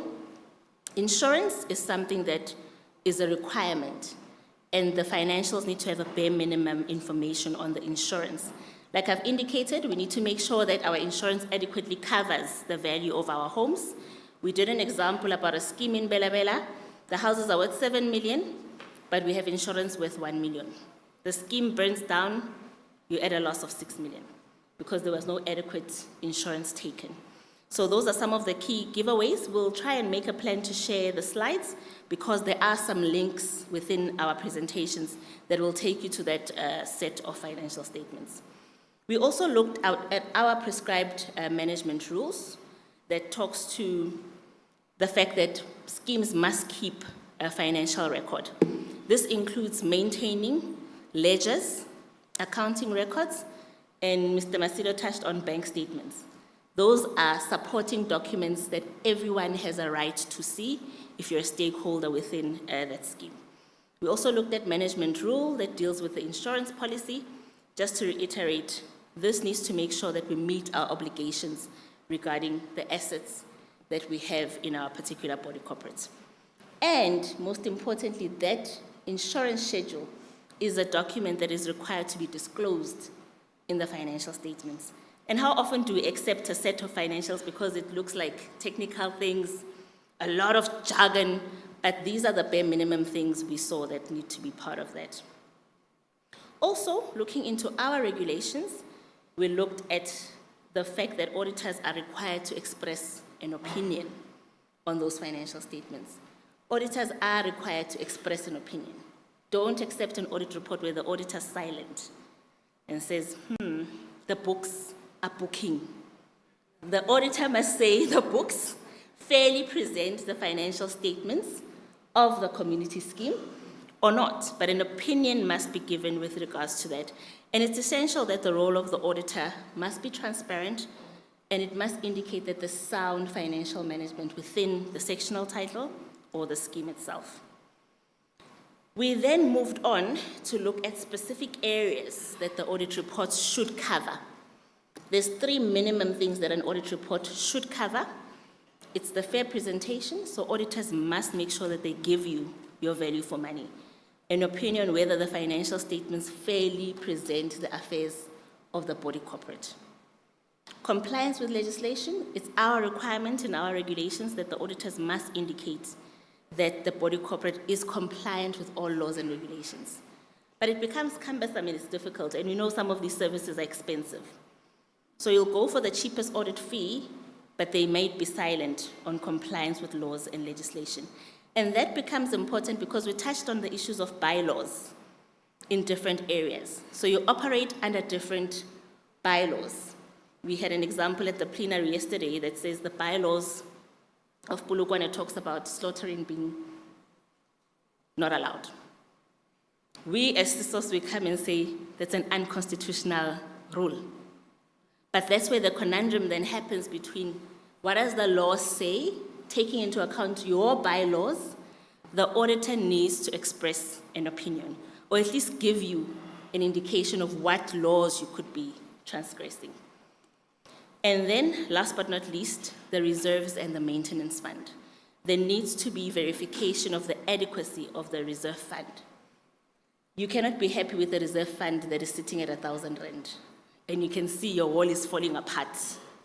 Your security is nteg and teg, but you're sitting with a reserve fund of 1,000 rand. And you know well that these services cost well above maybe 100,000. So the auditor must express an opinion about the adequacy of the maintenance and the reserve fund. We also looked at specific areas, fiduciary duties of trustees. So the trustees, because we said the bare minimum that needs to be in these financials is the trustee report, they need to know that they have a fiduciary responsibility on those set of financial statements. And we found that that is a deterrent. So if you're now going to put a burden on a homeowner to be a trustee, not educate me, and then I'm part of this responsibility, I could be declared delinquent just by trying to form part of governance, and wanting to contribute to the scheme. But that's a heavy responsibility that is placed on trustees, on directors, and on those that are looking after the affairs of the body corporate. And it's not the requirement of the managing agent. Remember, the managing agent is contractually bound to yourselves to be able to look at these things. Then it's issues around mismanagement. The auditors must report any irregularities in their report and highlight any legal opinions they have been requested to do on behalf of the scheme. Okay, we then went technical as well on the audit report itself. That part was just dealing with the financial statements. We have a collaboration, so the plenary or our breakaway indicated that there's a need for us to continue to collaborate. Both SICA, the governing body of accountants, and the independent regulatory body of auditors, in order to make sure that that management rule that we have is enforceable, it's practical, and they know how to implement it. So we developed a guideline for the auditors in terms of meeting those regulatory compliance issues, and expectations that body corporates should have. So we've touched on the issue of fair presentation. I talked about that earlier, compliance with those rules, as well as the outcome, the auditor being able to provide an outcome in line with legislation. We also looked at the legal and reporting, which I've touched on earlier, but the engagements with CSOS, any gray area that exists, SAICA cannot give directive, nor ERBA, nor any other body. So if there are gray areas, it should be brought to the attention of CSOS, and then we, through our legal unit, can then close those gaps through practice directives or issuing communication on how to deal with the specific matter. So, to close off, we said auditing is mandatory unless the sectional title is registered in the name of one person. So all the houses are registered under Tembelihle. I'm the owner of all those house properties at deeds. That's the only time there won't be a requirement for audit. But for as long as there's different owners forming part of the sectional title, it has to be audited. That's a requirement. And we looked at challenges that are faced by auditors. There's a misunderstanding that some body corporates have that trustees may misunderstand the role of the auditor. And the primary responsibility for the auditor is to audit, not governance. And sometimes that responsibility is handed over to the auditors to say, the auditors must tell us. No, the auditors are auditing past information, they're auditing what happened, and they're giving you a report back in terms of their opinion. So this is an area where there's a gray area in terms of who takes responsibility. So we clarified that it's the trustees ultimately that take responsibility for the financial affairs. There's other challenges that we found where the managing agent is deemed to be the one that takes responsibility. It's not the managing agent, again, it's the trustees. But we had issues around the table that, look, but the managing agent is making all the decisions, they are contracting with all the contractors, but whose signature goes to those documents end of the day? It's the chairperson of the trustee board. But you find areas where then there's bullying, and then the owners sit back and say, Trafalgar is managing everything. When there's crunch time and we go to court, it's not Trafalgar or Preto, or it's going to be you, the trustee, the director, that's going to be called to account for financial matters. So that is an area that we wanted to emphasize. We had some questions around the table, around audit reports, and looking at whether auditors only from SAICA or registered with ERBA are permitted. We interestingly found that there's a new accredited body by ERBA, Independent Regulatory Body of Auditors. Besides SAICA, accountants that are part of ACCA, ACA, can also then audit. It's a new thing that came up. So if someone is not a SAICA member, they can be an ACA member, but also doing audits. And we looked at collaboration efforts that are being done by CSOS. The question was that, is there any collaboration? Because it's all jargon. It's all debit, credit, balance sheet, income statement. Can there be a basic non-financial, financial cost for non-financial trustees? Because we are managing assets that are worth billions. And you're expecting the people that are managing these assets to be affay with some financial jargon. So we said yes, indeed. We'll be partnering with the bodies to make sure that we develop some kind of training material so that it's not only the legal material that we share as part of our mandate as CSOS. We already have an MOU with UNISA that we have the ACO, that we can look at coming into developing some kind of material that will be accredited for non-accountants at least, bare minimum to empower our stakeholders. And looked at development of people in color in the accounting profession, issues of transformation, and we did indicate that those initiatives are there in promoting transformation at CSOS, but of course we'll look at the broader area of making sure that transformation takes place. And there's resistance also in disclosing certain things in the financial statements. We said, of course, we need to emphasize that we look at the issues of transparency. Issues of transparency creeped up.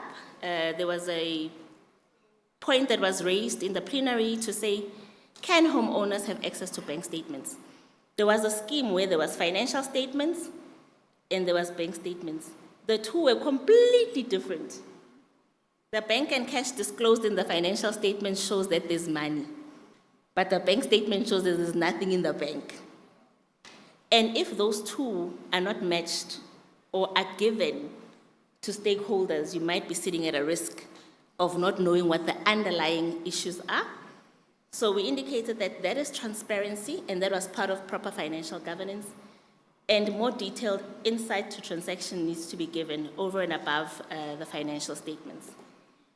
We look at the issue of accountability, security within neighborhoods. What the plenary picked up is that there's this new emerging community schemes where we stay 5 houses. We now decide as the 5 owners we're going to put a boom gate. And someone from house number 1 is collecting levies so that we contribute towards the security guards. So this street is now operating as a community scheme, but it's not a community scheme as defined by us.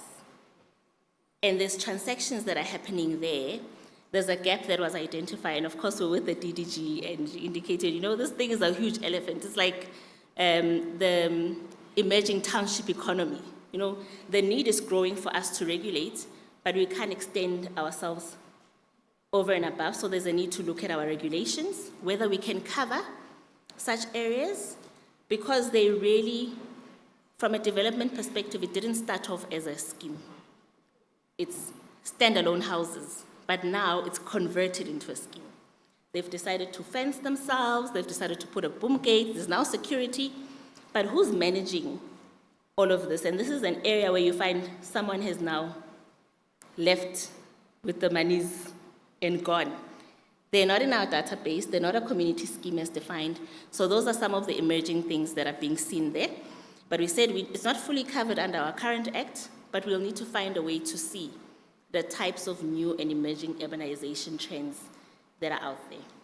Our commission then resolved to take forward these 5 issues, which were to create and have a possibly prescribed set of financial statements. Because currently as it sits, it's not a must that you must follow these illustrative set of financials, but maybe through our practice directives or through other means of legislation, we can regulate what it has to look like from a bare minimum perspective. We want to also encourage participation of homeowners in these educational programs we touched on. So the request, ACO, was that we look at accredited programs, like I've indicated. And the third one is enforcing governance in the form of rotation of schemes, rotation of trustees. We heard in the plenary that you'd have a trustee that is in the board for 20 years, 25 years, they're still there. Yes, it could be a lack of participation from other homeowners, or there's a managing agent that has been managing this estate for the past 30 years. There's no regulation around rotation that deals with governance issues. So even with auditors, you have an auditor that has been auditing that scheme for the past 15 years. We need to have something that talks to governance of rotation principles where it's possible and feasible. And also managing agents and auditors' functions must be clearly defined. So there was a call for us to have a practice directive around that, so that everyone knows what their roles and responsibilities are around the financial issues.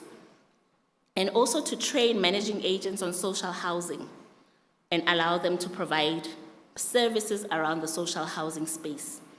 There was a call to say, look, we have all these social housing structures of developing as government, but who is managing that? That's an opportunity for our EMAs, that's an opportunity for managing agents, because you have these assets that are unmanaged, and we need to find a way to manage these few assets. So that was in a nutshell, Penny. You even forgot about me on stage here. I'm done. Thank you very much.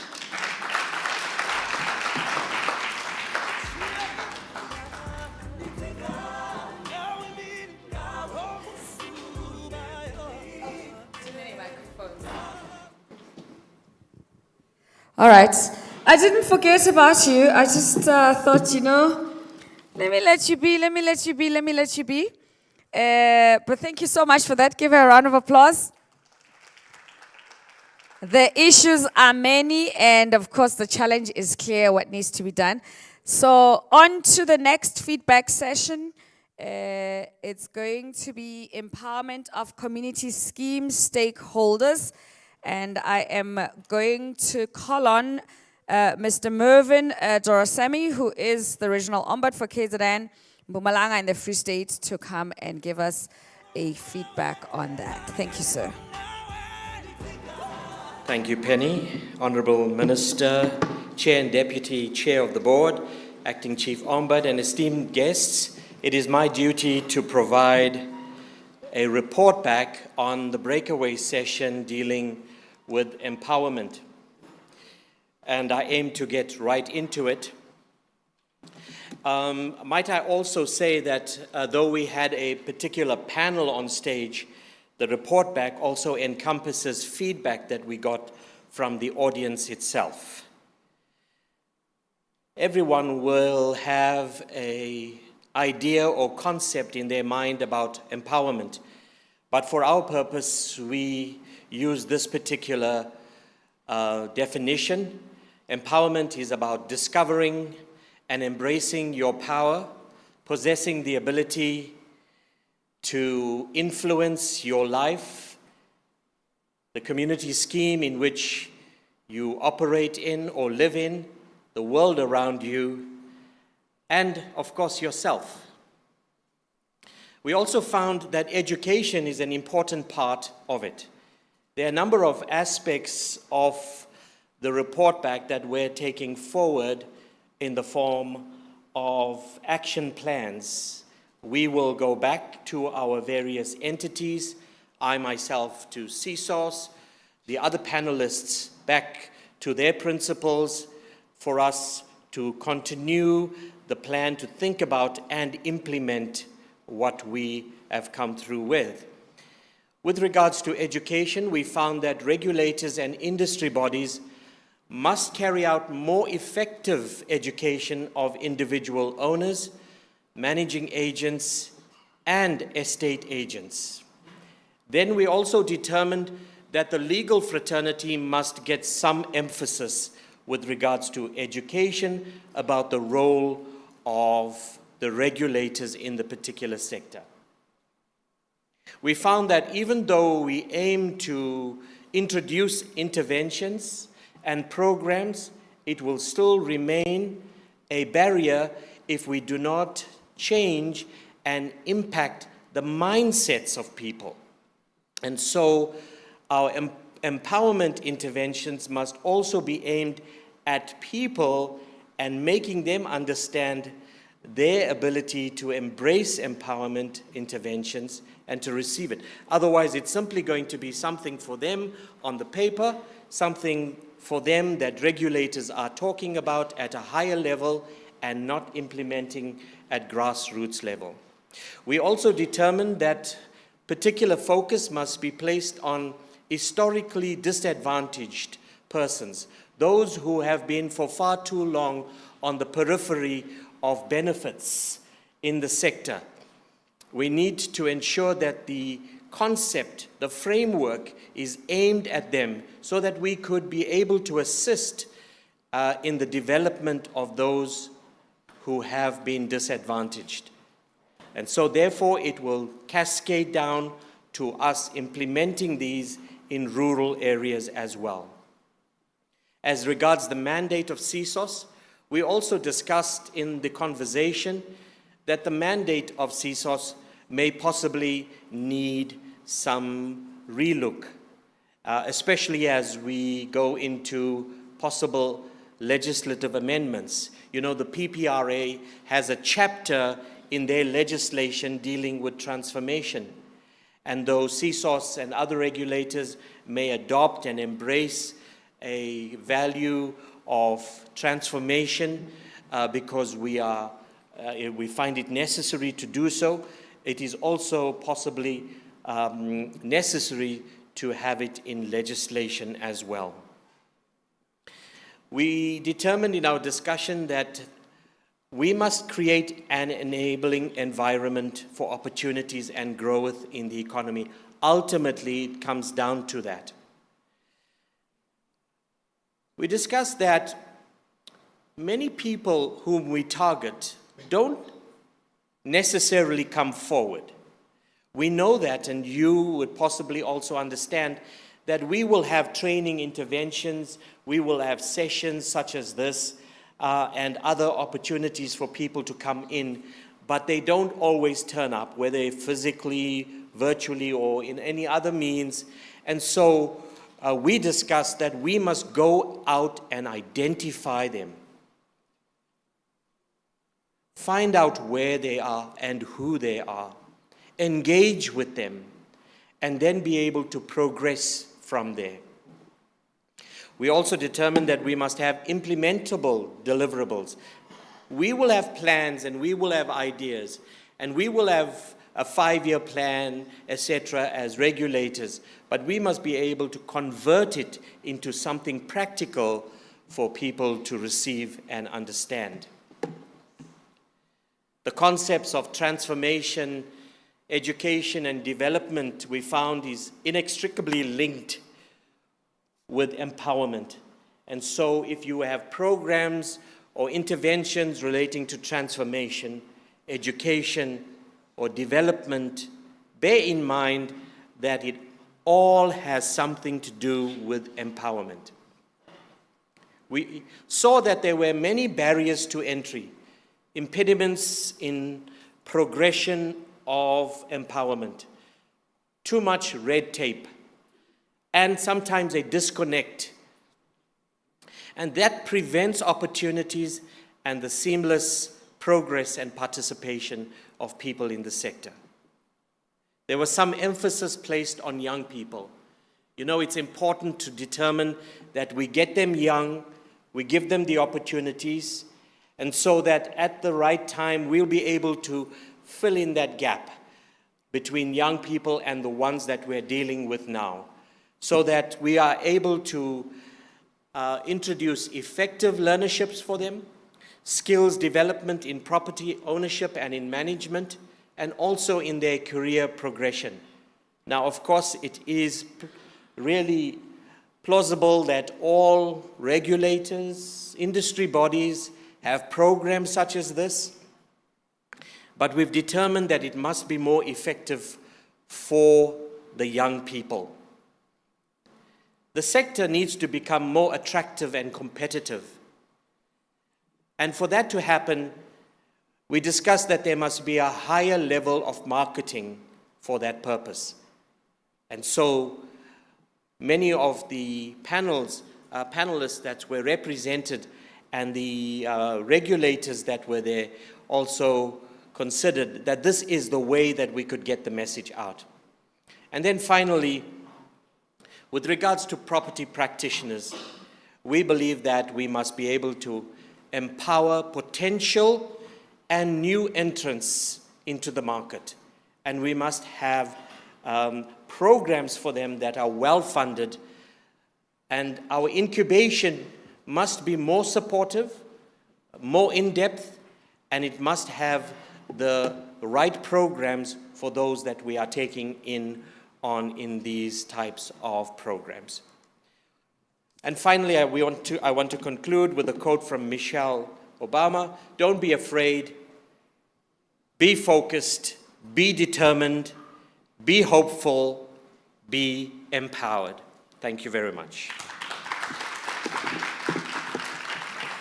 Give him a round of applause once again, ladies and gentlemen. Thank you so much for that. Two things before I call on my next speaker for feedback. I forgot, my apologies. There's a cell phone that has been lost. It's got a pouch and it's got the owner's identity document in it. If you've seen it in the vicinity, it's a Samsung cell phone. Please, please, please, please bring it to me on the side of the stage. Her ID document is in there. I trust that someone might have picked it up by mistake, and you can give it to me or some of the guys at the back with the green T-shirts. I will appreciate that.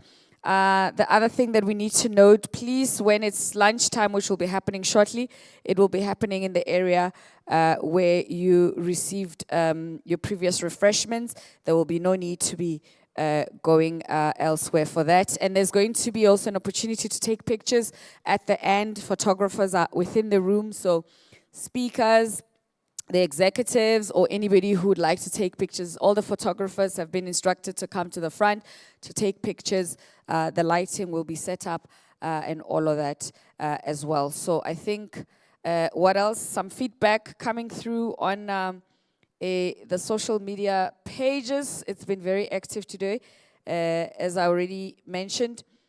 We as owners are not allowed lawyers to attend adjudication. Our trustees use an ex-CSOS and PPRA employees as representatives at BC cost. This is corrupt and unfair. Please address. That's from David Bell on the page as well. I have the same issue in my complex. Please help from Atinot. So please, the reason I'm also sharing with you some of the stuff that's on the YouTube page is also to encourage you to participate based on your feedback being here. Please go to the website and give feedback based on your attendance of this Indaba for the last 2 days. What are the key learnings? What are your experiences? How is it that we can improve to make sure that next year we're bigger and better and more impactful as well? So on to the next session, I am going to call on Ms. Tshepiso Tipe. We'll be talking on well-transformed schemes. Please do come through on stage. And if there are any questions as well, please note those questions if you feel we need to have a question and answer before we wrap up. But right now, please let's welcome Ms. Tshepiso Tipe to come through and give us some address. Thank you.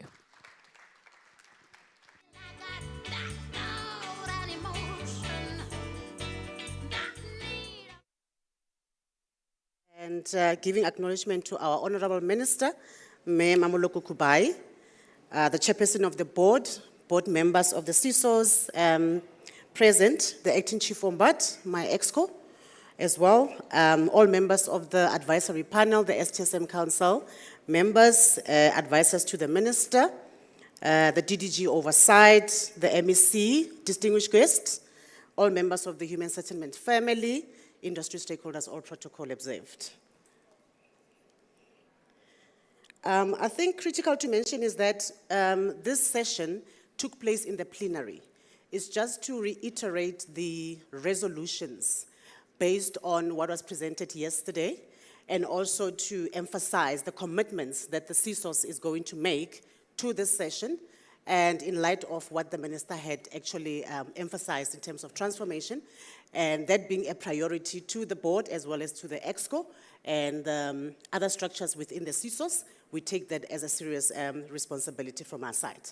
Now, talking to what the minister has spoken to relates to the BBBEE scorecard, and we would like to report back to say we do have a draft, and that process is actually led by the Property Sector Charter Council, and we are now committing that in light of the transformation strategy that we are to finalize, aligned with that, it's that scorecard, which we are committing to have to finalize by November, and we are in touch with the Property Sector Charter Council in that regard.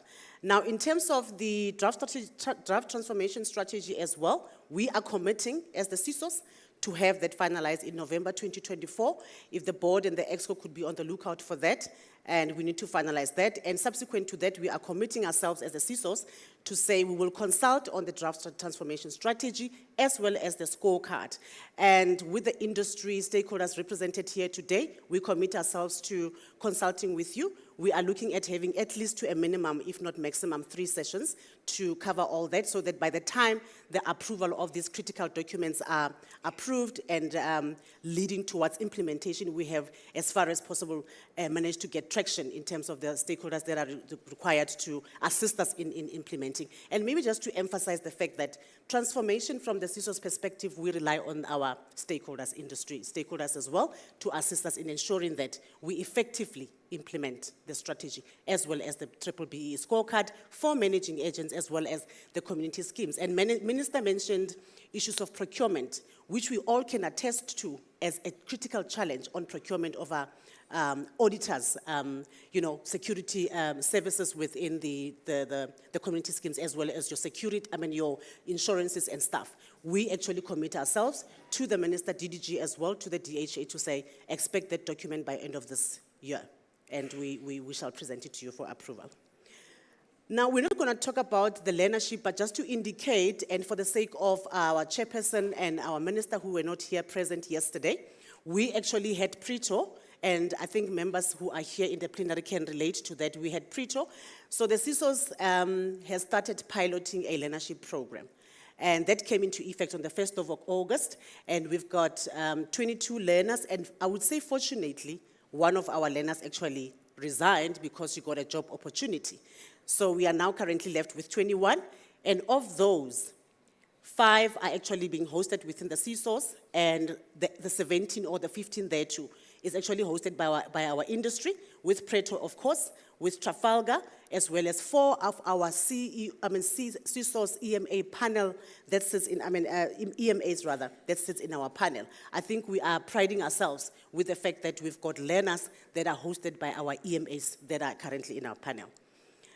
Another critical commitment going forward, and Minister mentioned an expansion of the incubation program. We commit ourselves, and I hope my job is not on the line to my board and to my EXCO for committing on their behalf, but based on the emphasis that the minister had actually indicated that we are required as the CSOS to ensure that we expand on our incubation program, chairperson, and we would like to indicate that for any managing agent that is willing to come forth to the CSOS, we are available for us to incubate our EMAs. We have a panel of 92 at this point. It's a lot, and I think it's imperative for us to actually share the skill among ourselves so that we can assist each other in expanding the incubation program. And it's good that the minister was here and all of us were here. We can attest to that responsibility. Going to the next one, I'm just going to mention the 3 critical responses that came about yesterday at the plenary. And this is over and above, Chairperson, it's over and above the 18 roundtable sessions that we conducted.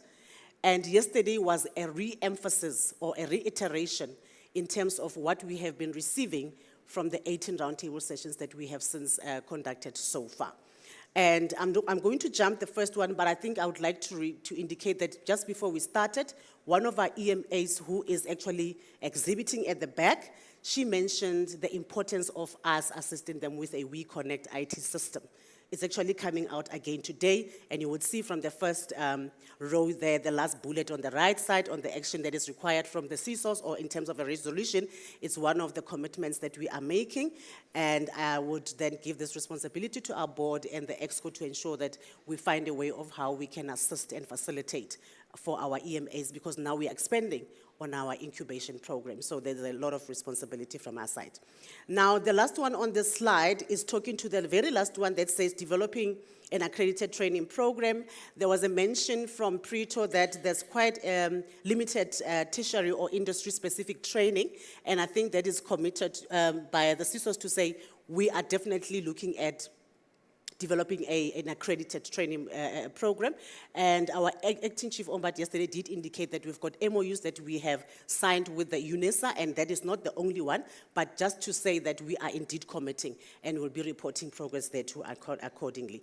And I'm going to jump this slide, but this slide is just to indicate that part of the roundtable sessions that we've had, there has been an emphasis to say we have an EMA program, and we also have to ensure that we continue with our internship and apprenticeship opportunities, and also to indicate that there's a need for a review of the legislation with the current situation where we are sitting in terms of the HOAs, and also to ensure that there is a scorecard. This is a re-emphasis to that effect.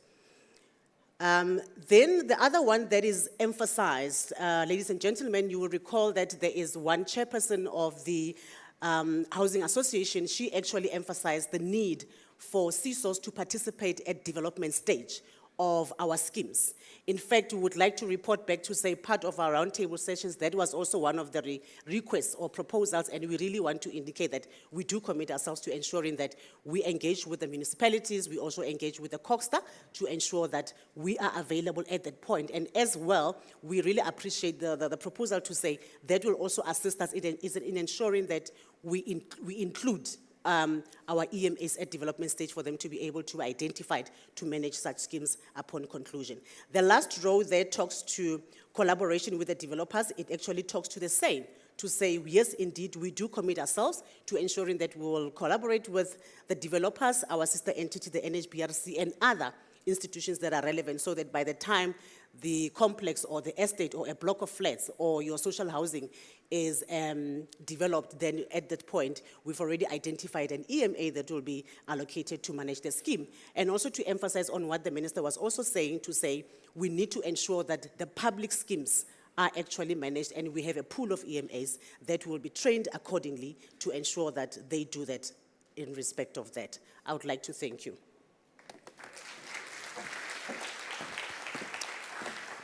Awesome stuff. Thank you so much. Ms. Tipa, she was saying, I should have worn my dress as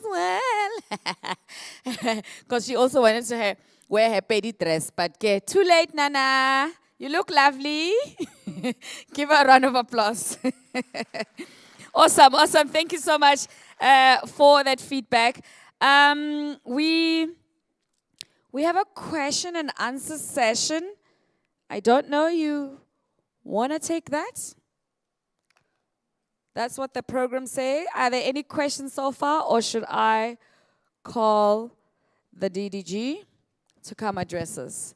Okay, please do me a favor. Whatever question is, you can say your name, surname, where you're from, and then direct it to the person who you'd like to answer, and then we can take it from there. Yeah, yesterday I had helpers.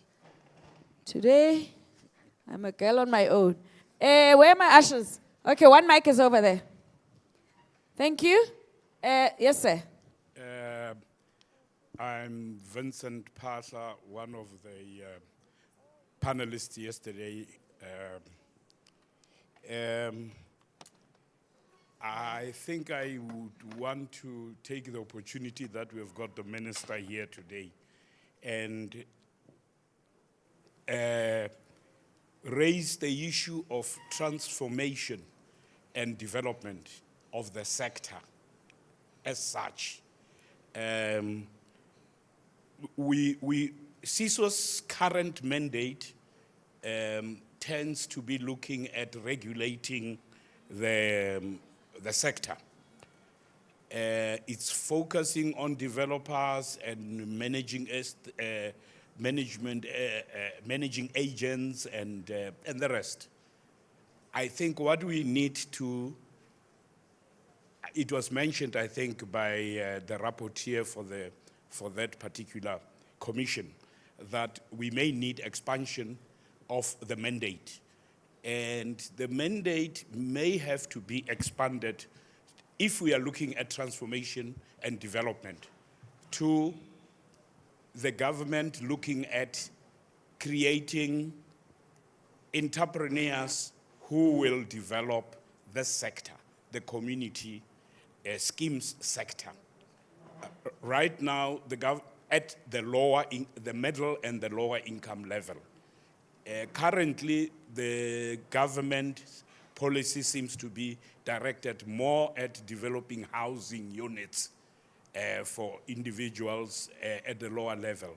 Now, it may be the right time to actually have the amendment to the mandate to say CSOS must look at the possibility of developing a program that will assist in developing entrepreneurs that will develop the community schemes, assist them financially, assist them technically, assist them in a similar way that the other managing agents and EMAs are being assisted.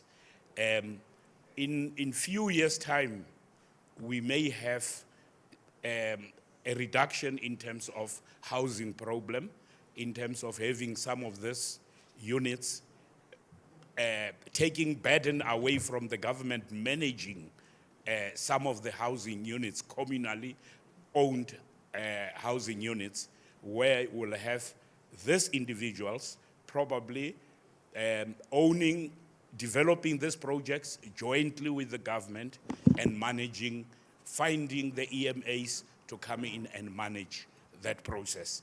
I think we need to move away, if we are talking of true empowerment and we are talking of true transformation, we need to realize that our historically disadvantaged individuals don't have the necessary capital to develop this communal schemes. So we need, I think, to include that as part of the policy development as we move forward, and that should fall squarely on CSOS labs. Thank you for that input. And I would wish to if any one of the individuals from CSOS could give input into that, and in expanding the role of CSOS, not only to regulate and manage, but to true ownership, so that the sector gets truly transformed. Thank Okay. you. All right, noted. Is there another comment, question? Is there a mic that side? There's a hand over there. Please go ahead. Hello, everyone. Priscilla Sitole. I am a homeowner and a trustee. I've got two questions that I want to put across. We are in the process of changing managing agents. So last week, one of the homeowners had a dispute with the current managing agents and also the lawyers that we're currently using. So I want to find out if we can still go on and change whilst we're having an owner who's having a dispute. What happens to the matter if we were to change to the new managing agents?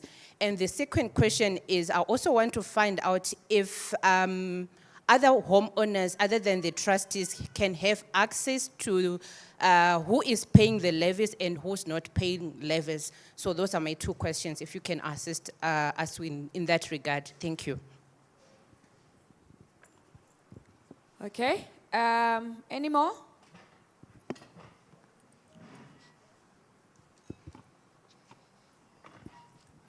Thank you very much. My name is Opa Baloy from BDM Property Management. For the sake of, we have got over plus minus 20 body corporates that we are managing. So I just want to, I wish Minister was here, because it's a good thing that, property is expensive, and the fact that we have got sectional title property in a way is kind of like, making most of other people to be also homeowners. But the challenge right now is the issue on the levies. I think also CSOS can attest that there is a high number of cases where, levies are behind. And that for me is a serious risk, because it's posing a risk where if owners are unable to pay, to an extent that even the body corporate itself is unable to take care of its operational cost. So my proposal, it was to, I know in the past we used to have an insurance by the name of stylers, that sometimes it was coming handy to say, should the owner be in a position where they were not able to pay? Stylers used to give the money to the body corporates to continue running its own affairs, while at the background, the lawyers will be dealing with the owners that are unable to pay. But since last year, that thing is no longer there. And for me, this is a serious risk. So I wanted to maybe ask Minister to say, can't we perhaps have a sister entity or an entity from the government? Because if this thing is not taken care of, I can tell you that in the near future, I foresee a disaster as far as this thing is concerned, honestly speaking, because imagine a body corporates that 50% of the owners are not paying, and they are not able to pay its own management, they are not able to take care of the running cost. For me, it will be a calamity. So it's a very big submission that I would like to make to CSOS to also look into that before. Maybe I would like, let's rather be proactive instead of being reactive in that matter. Thank you very much.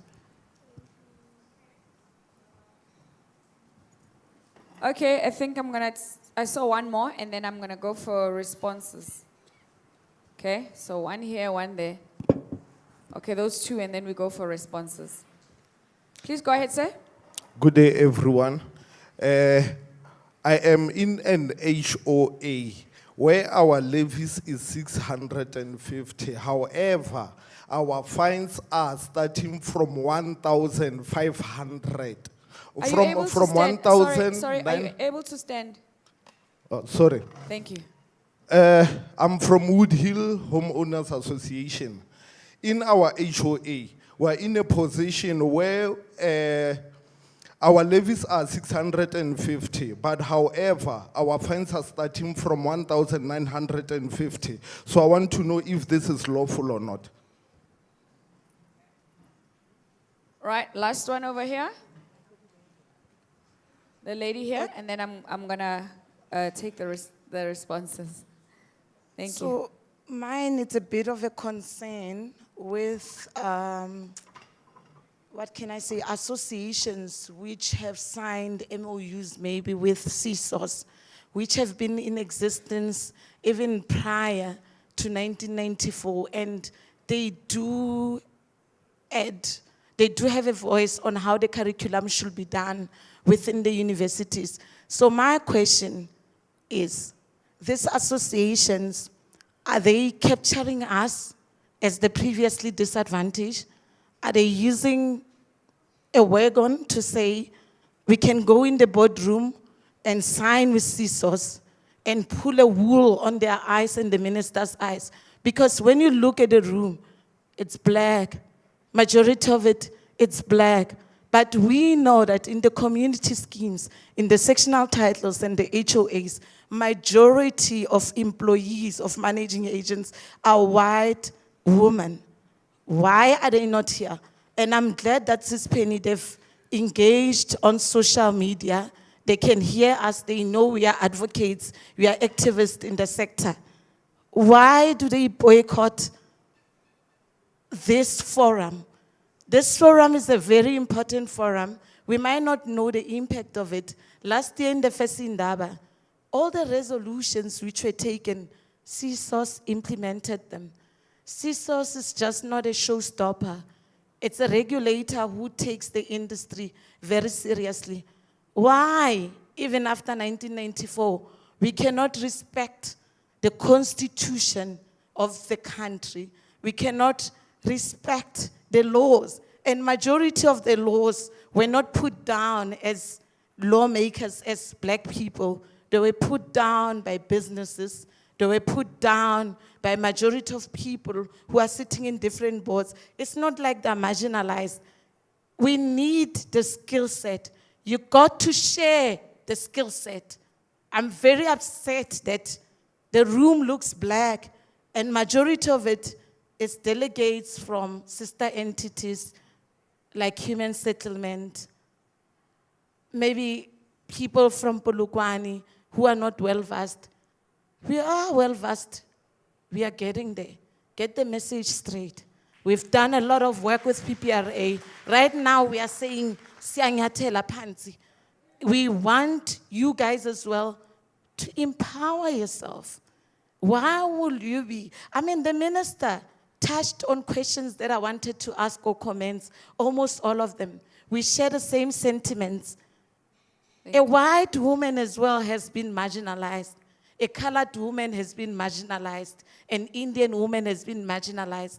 Why on earth will you stand for those top people who are in business, in the boards, and you speak on their voice? Who do you look after? You look after your own families and children. You need to come here. We need to work together. Okay, thank you for that. Mr. Masilo, are you able to take on the first part of the response? I don't know if any else. Okay, Ms. Petla is also going to take on some. Yes, Let me take the other one. I hope you've got the Baloi one. Yeah, Mr. Baloi one, yes. Yeah.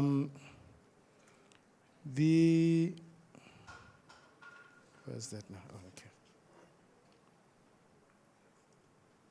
Priscilla, I think she's the first one. Priscilla. Yeah, she said changing managing agents while we have a case with CSOS. I think that's what she said, as to whether is it possible to do that. Now, I think the fact that there is a matter that is pending, it will ordinarily interdict the other processes. Although there is no clear interdict in terms of us having issued an interdict. And therefore, I think patience is required there and wait for us to finalize this matter. What is of importance, I think, much as we do have our backlog, these are some of those matters that we can, look at and try and prioritize. So I will invite Priscilla to see us, see the office, or see me or my team, so that we can look at that, because it affects, obviously, everyone in the scheme. The other one, can other owners know who is not paying levies? We did indicate that PMR, the one that I spoke about earlier, that you are entitled to an information. That PMR also tells you the documents that you can receive, including the financial, the bank statements and the financial. So I have already, I think, answered that. If we were to ask this question for prizes, I don't think Penny would have given that one. But nevertheless, yes, simple answer is yes. And not only coming to us, but remember, you can also bring a prior application for access to information. I think those are the ones that, okay, the Wood Hill one, I think, let me address that. You will address the Opapaloi one, Tsatsi. The Wood Hill one, the fines, you say you're paying the levy of 600, but your fine is 1,500. You see, with the body corporate, and for those that don't know, the Wood Hill is the one that is next to the Mall of the North here. It's an HOA. The rules have been determined, and I have even visited Wood Hill myself for an AGM that was scheduled there. And to my surprise, I can tell everyone here that the people that attended that AGM were not more than 20. And it's quite a big scheme. People don't attend so that they can have their issues. And I think I saw your picture here when you were asking a question, and I think I saw you in that meeting that day. It was very cold that day. We left early, immediately after, obviously laying the grounds in terms of how that the meeting should be conducted. However, what is important, let's attend the meetings. Let's make sure that all the issues that we want to raise, we can be able to share those ideas, share those views at those meetings. If you don't attend, someone else is going to make a decision for you. And it is for this reason that you see the 150. I mean the 1,500, where you're paying 600. When we do quality assurance of the rules, particularly for the body corporates, we say the fine cannot be double the levy that you are paying. So if you were in that meeting and you were able to raise that issue, and perhaps maybe you did not come right, you are at liberty to bring the matter to us, and we'll be able to assist and look at the matter, look at as to whether we can issue an adjudication to say whether that decision was unconstitutional or not. We will try and fit it within, obviously, the parameters of our legislation. And again, I'm being very cautious in answering this because I'm not sure. I know for a fact that there's quite a number of matters that are pending in court and also at CSOS pertaining to the Wood Hill estate. So I'm being very cautious in answering this one. That's we take the other one then of Baloy here. Thank you. Thank you. Thank you, Program Director. One of the things in support to what Mr. Masilo has said, what is important, when you're buying in a scheme, particularly through bank or through agent, insist on being given the rules, particularly of that particular scheme, so that you know what you're letting yourself to. And make sure that you make a decision whether you are willing, with your last cent or penny, to be involved in that particular scheme. Because some of these rules are predetermined. So when you come in and you feel like, my goodness, how did those people that have been living here agree to this? You are the only one. You are caught in that. Even for CSOS, it becomes difficult for us to go and attend the AGMs because we cannot be a referee and a player. But particularly when you bought there. But it doesn't mean those rules can be static. And make sure when there's going to be AGM, you organize yourselves for these undesirable rules.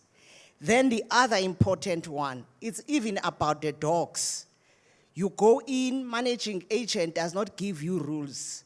And then you come in, you've got your dog, and then they say no, because that has been the rule. It has been governed through via even municipality, even in terms of that particular area. Those are important things that make CSOS really to be in a dicey situation.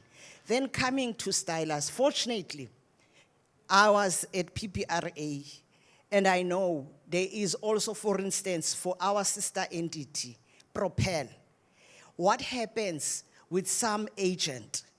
People go and get money, or because some have money, they go into a scheme and get people to have premium that they are paying. And then they've got their own organizers. Then you'll find out without you knowing, because you don't attend AGM, that your scheme maybe is a member, you've been paying premiums and whatever. Or they go to an extent of even getting a loan. CFO, when she was speaking, she was talking to that. Those are important things. Stylus, unfortunately, may his soul rest in peace. The owner, it was a private person from Cape Town, an individual person, I won't say what color, who was the owner of Stylus. He has passed on. That's why maybe it's no longer existing. And I happen to know them because I was working with them in the Rental Housing Tribunal. This is what they do even for rentals, because people wanting to protect their own asset. So that's important. Ma'am, you spoke about those that might be wanting to capture CSOS. Unfortunately, or fortunately, it's important that we understand why the department particularly wanted to have an entity that look on this option for tenure in terms of gated schemes. And CSOS taking this, not CSOS alone, with sister entity, to make sure we have transformation.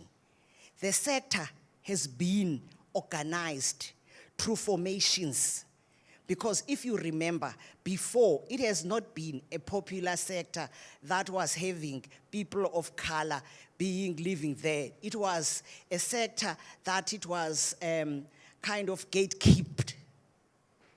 So until, and if you look at how it has progressed and how people have started now to dilute even developers, even people, the same developers going to the banks and getting the money, having these schemes for a particular purpose, some be disabled, some being retirement villages. So what is important with this mandate and agenda of CSOS, of transformation, that you organize yourselves, that you organize across. South Africa, it is multiracial. Organize yourselves, but particularly attend the meetings. And then when some of the people that are participating in schemes, you'll find that Malitza stays in Durban, but is a chairperson in your scheme. It's because they volunteer themselves. Some they're not paying, or some they decide to immediately go and form companies. But CSOS is very weary. No one can really capture CSOS. It is an entity of government. It is an entity that understands transformation. It is an entity that was formed because of a need and a realization that there was this gatekeeping for this sector. So it's important, and it's important that you that have started this process journey with CSOS, that you make sure more come in, more younger come in. And if you look at the sector, even the people that are predominantly there, that has organized themselves, unfortunately, you know for a fact there are formations that exist already, but we cannot be captured. We are very weary, but it's important you influence that agenda, you influence that curriculum that CSOS is going to be working on. Thank you. Thank you. I'm just gonna address the issue of whether homeowners have access to information around which homeowners not paying levies. That's part of that schedule that needs to be provided with the financial statements. So to address the issues of POPI, we're not saying they must put Miss Mbata is not paying levies. You just put the unit number. You guys stay in the scheme, you'll know which household is unit number 10 that is not paying, but it's information you are entitled to have. And it's also the information that's the bare minimum that should be circulated, even at your AGMs together with the financial statements. I'll hand over to Ako. Thank you, thanks colleagues. Just to emphasize, I think to report on Tate Phatla, we take the comment on the expanding the mandate of CSOS, and as we have indicated, we are about to review the acts, so we're taking that into consideration. And just to add on what Osman Zati just said in terms of the being captured. So because we're facilitating the transformation and the MOUs that are being signed, we look at the terms and conditions so that there's no terms and conditions that will hamper the progress of transformation, where we take you to be incubated, but it does not give you an environment where you can grow. So even the subcontracting that Mid-City has with Rampedi properties, we are key to that. So the capturing, if it were to happen, it must be, I don't know, high level of something, but we are part of the MOU development. We are part of the contracts that we see with the Mid-City and other EMAs, and even the subcontracting, we are also facilitating that. So, and all our EMAs have signed a service level agreement and a code of conduct, and even those MOUs that we have with Trafalgar, Mid-City and Preto, we still need a lot of the managing agents, as Sepi has said in the transformation feedback, because we have got 92, and we've got a pool now of EMEs that have already indicated that they need to be incubated.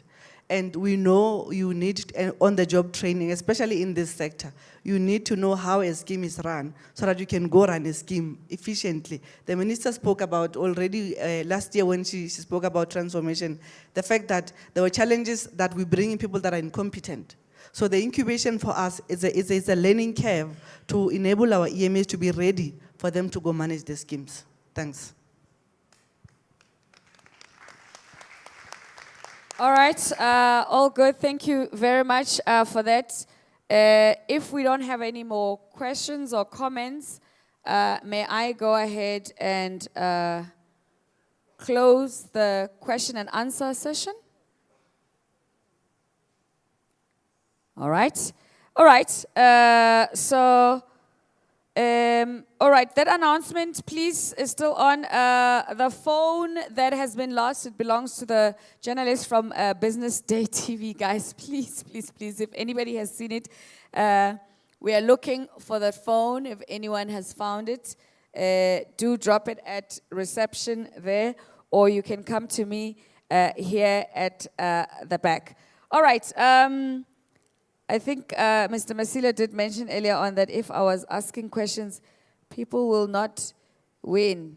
So I think I must do that. I must ask some questions and see if, you are in the room. So I have 4 prizes from the National Association of Managing Agents on their own, and another one in partnership with King Prize. Do you guys want to win the prize? Because once the DDG speak, siyayivala, and then it's lunch. Ne? Do you guys want to win a prize? Yeah, it's just 4. It's not a lot. And my questions are not very difficult. First question. What is the minimum information that needs to be contained in a good set of financial statements? What is the minimum information that needs to be contained in a good set of financial statements? Where are my accounting students? Okay, there's a hand there. You see, you need to be more than an accounting student here. Because if you are in that estate, you are in that scheme and you don't know what's going on, troubles. Hi. It's quite a few, all right? Okay, so there was a few. It's trustees' responsibility report, Yes. independent auditors' review report, statement of financial position, or the Okay. balance sheet, statement of comprehensive income, accounting policy, financial statement reports. No, notes. first class. You are the one. You are the one. I almost stopped and said 30% is enough, and then I realized it's not. Here's your prize. Congratulations. You are the winner, correct. I don't have to list all of them. Scheme, levy schedules. All of those that. The illustrative SICA financial statements can be found as well on the link on CSO's website if you want to get more information on that. Please do participate. The second question, okay. Sought relief falls under which section of the CSOS Act? Okay? Relief sought falls under which section of the CSOS Act? Okay, I'm not Malusi, don't blame me for how the question was asked. But yeah. Ma'am, your prize. Yeah. Anyone? Yes, hand at the back, go ahead. Section? 39. Section? 39. 39. Yes, yeah. Yes, congratulations. That is the correct answer. The third question, why? Is it not? Why am I here? Oh, I thought there's a complaint. Oh, okay. Name 3 entities that CSOS has concluded MOUs with. Name 3 entities that CSOS has concluded MOUs with. My sister, I was looking down. Pick on your own. Okay, where's the second person who won the prize? Come get it, ma'am. Where? Okay, yeah. Trafalgar, Preto, and Mid City. Okay, slower. All right, give it to me again. Preto, Trafalgar, and Mid City. Okay, yes, as well as NAMA, ARC, and UNISA. Congratulations as well. You win a prize. Thank you. Who won the second prize?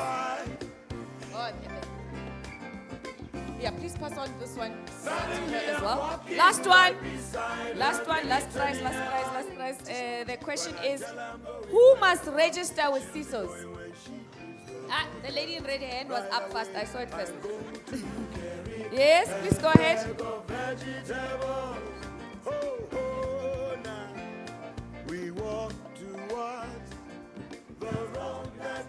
What's going on? Oh. Okay. Hi, thank Yes. you. Every scheme must register with CSOS, every sectional title scheme. Huh? Every sectional title scheme must register with CSOS. Is that correct? It is. Is it correct, the answer? I don't think so. It's Okay, not. sectional title schemes and HOAs. Who must register with CSOS? Your answer is what? Sectional title schemes and HOAs.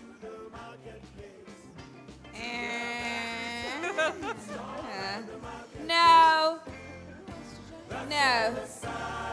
It's wishy-washy. It's there, but it's not there. Must I give the prize for generosity? Okay, that's fine. I'll give the prize for generosity. Managing agents or trustees of schemes or registered representatives of the scheme.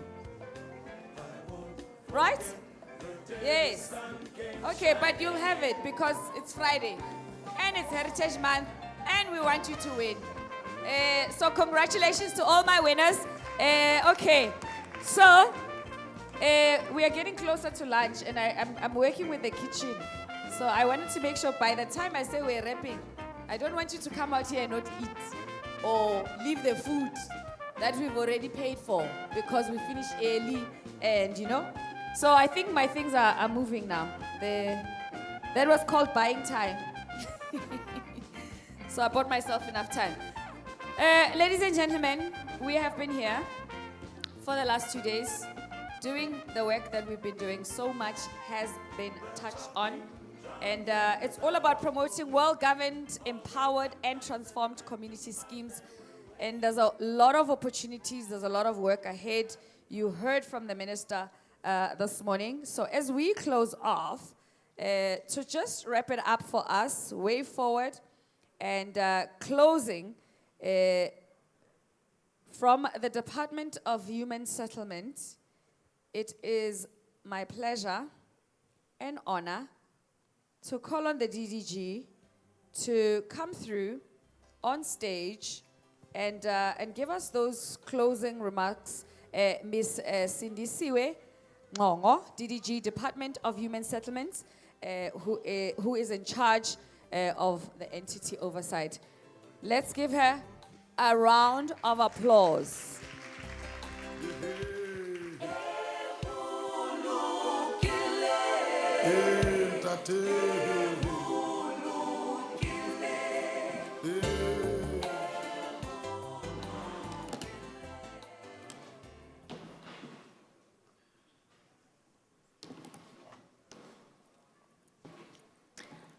Thank you, Program Director, Chairperson of the CSOS Board, Deputy Chairperson, and the board members who are here, Acting Chief Ombud,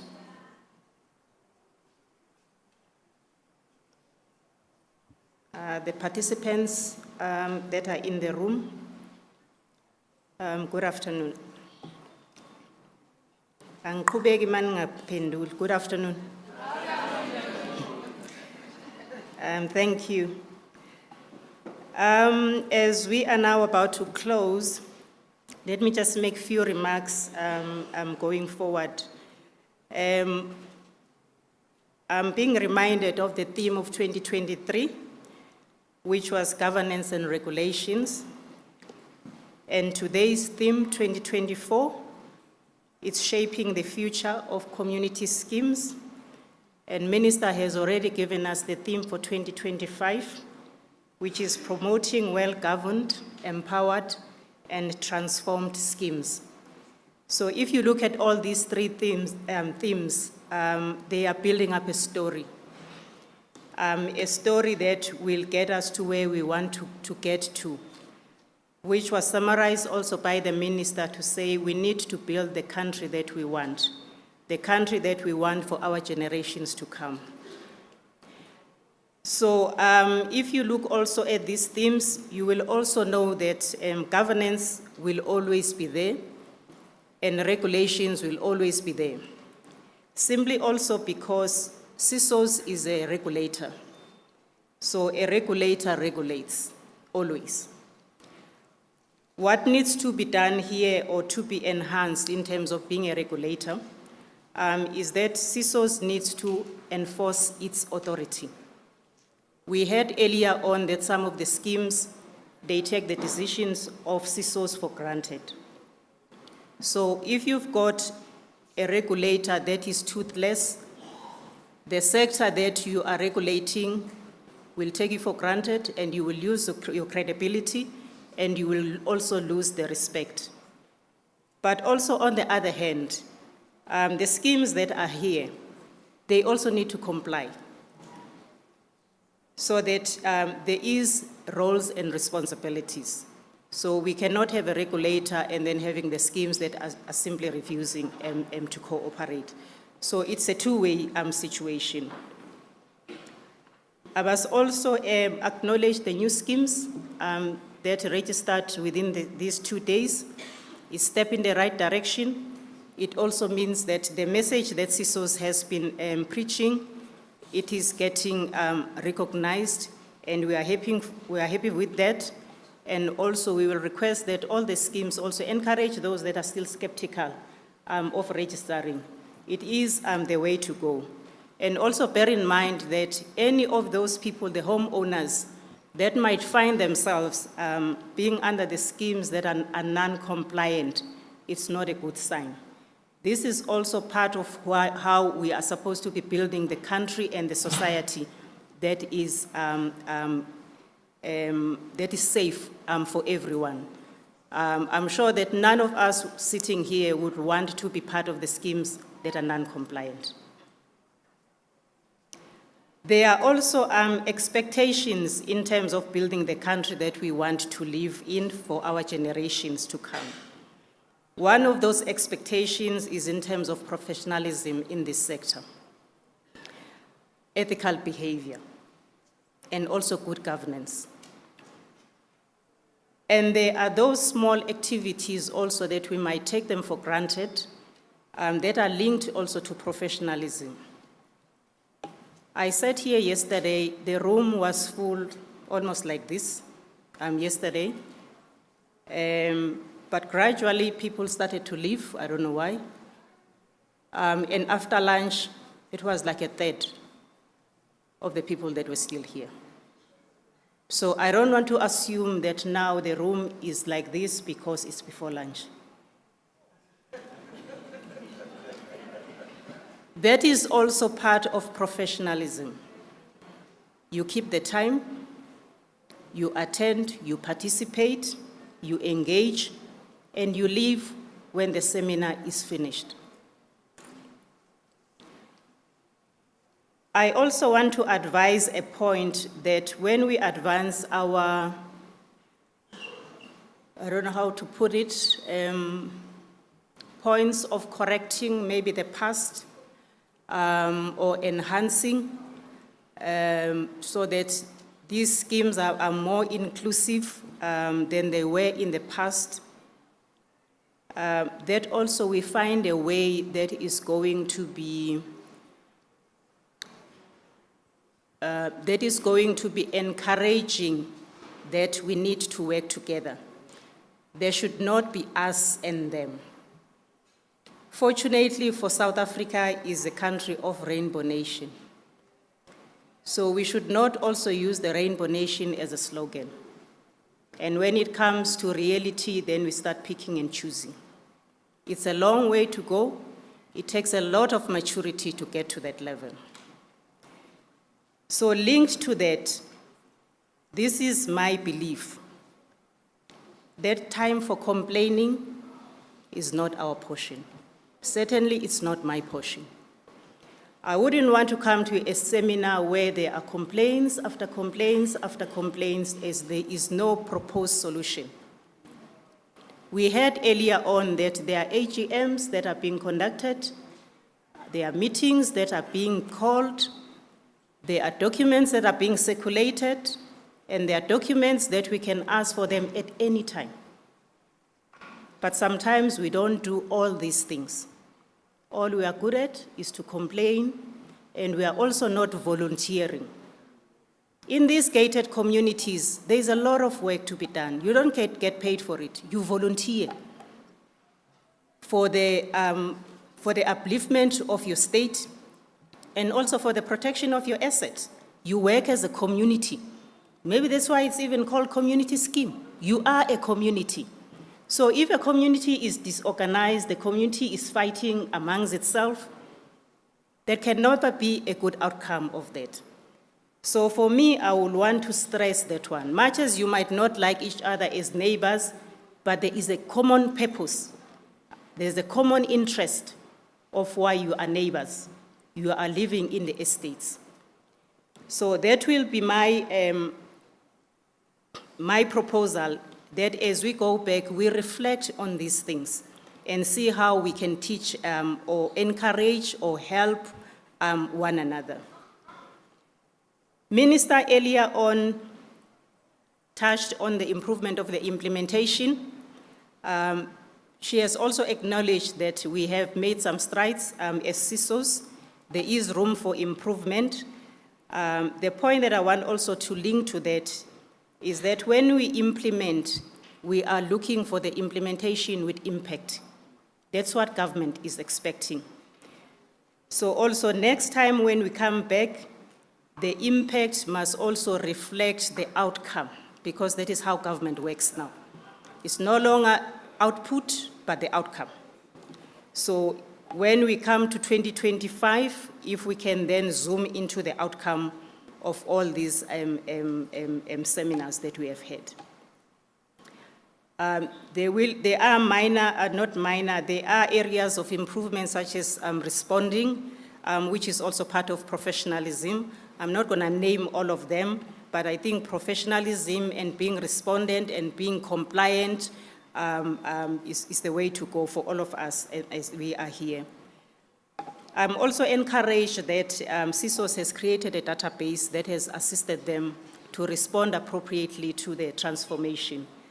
This is one of the areas that have been cited by the department over some time.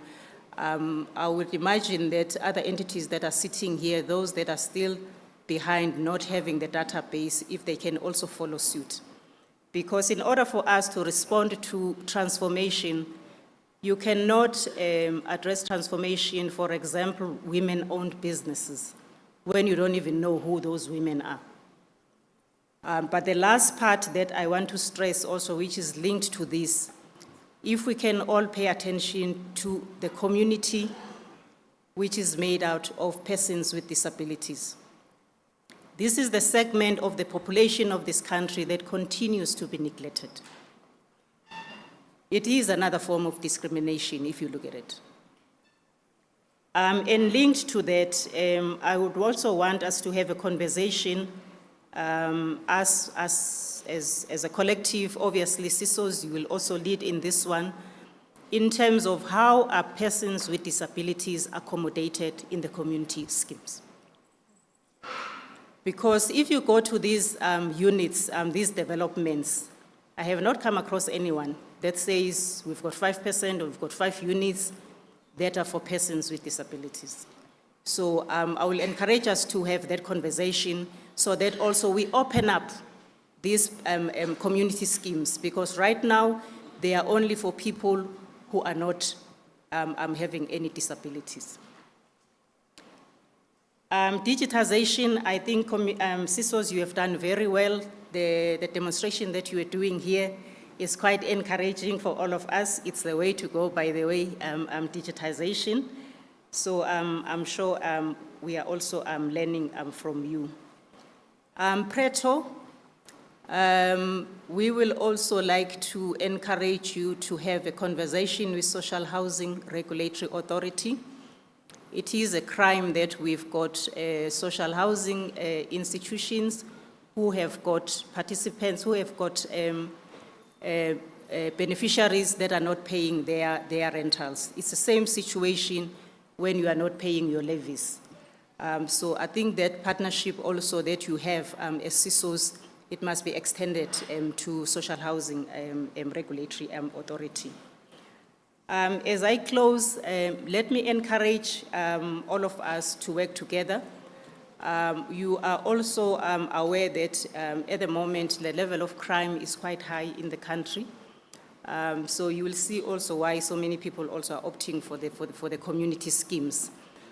So then the more there is peace there, the more there is peace in the country, then we can focus on the good things that we need to do. Last one, I've got 2 last ones. The last one, let me appreciate all the delegates and all the hard work that CSOS has put in. It is our observation at the department that when CSOS conducts a seminar or arranges a seminar, it is always at a good class. For that,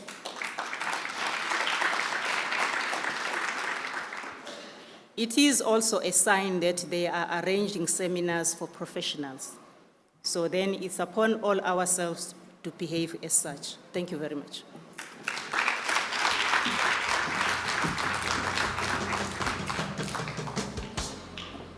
Ladies and gentlemen, a round of applause for the DDG there. And just giving feedback on what has transpired in the last 2 days. And I think we should all be proud of ourselves, even those who left DDG before lunch. But it's all good. We are here, it's still a full house. So, Mr. DJ, I asked for a song.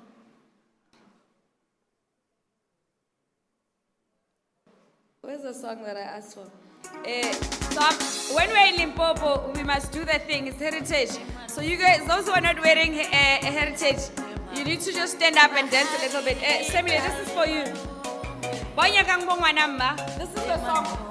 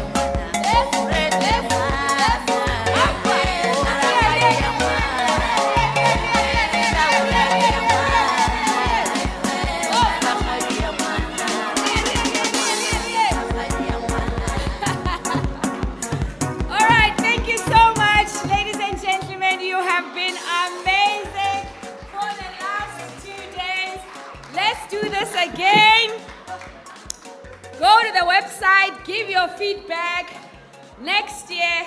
But in the meantime, it's another chance for us to make a difference in our communities. It has been a pleasure and an honor to be your program director for the last 2 days. God bless. Until next time, travel safely back home. Let's make South Africa awesome because we are great. Happy Heritage Month and travel safely back to your different destinations. Lunch is ready outside.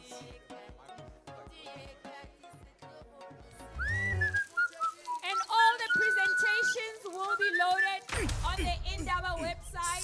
Look at them, go through them, make your inputs.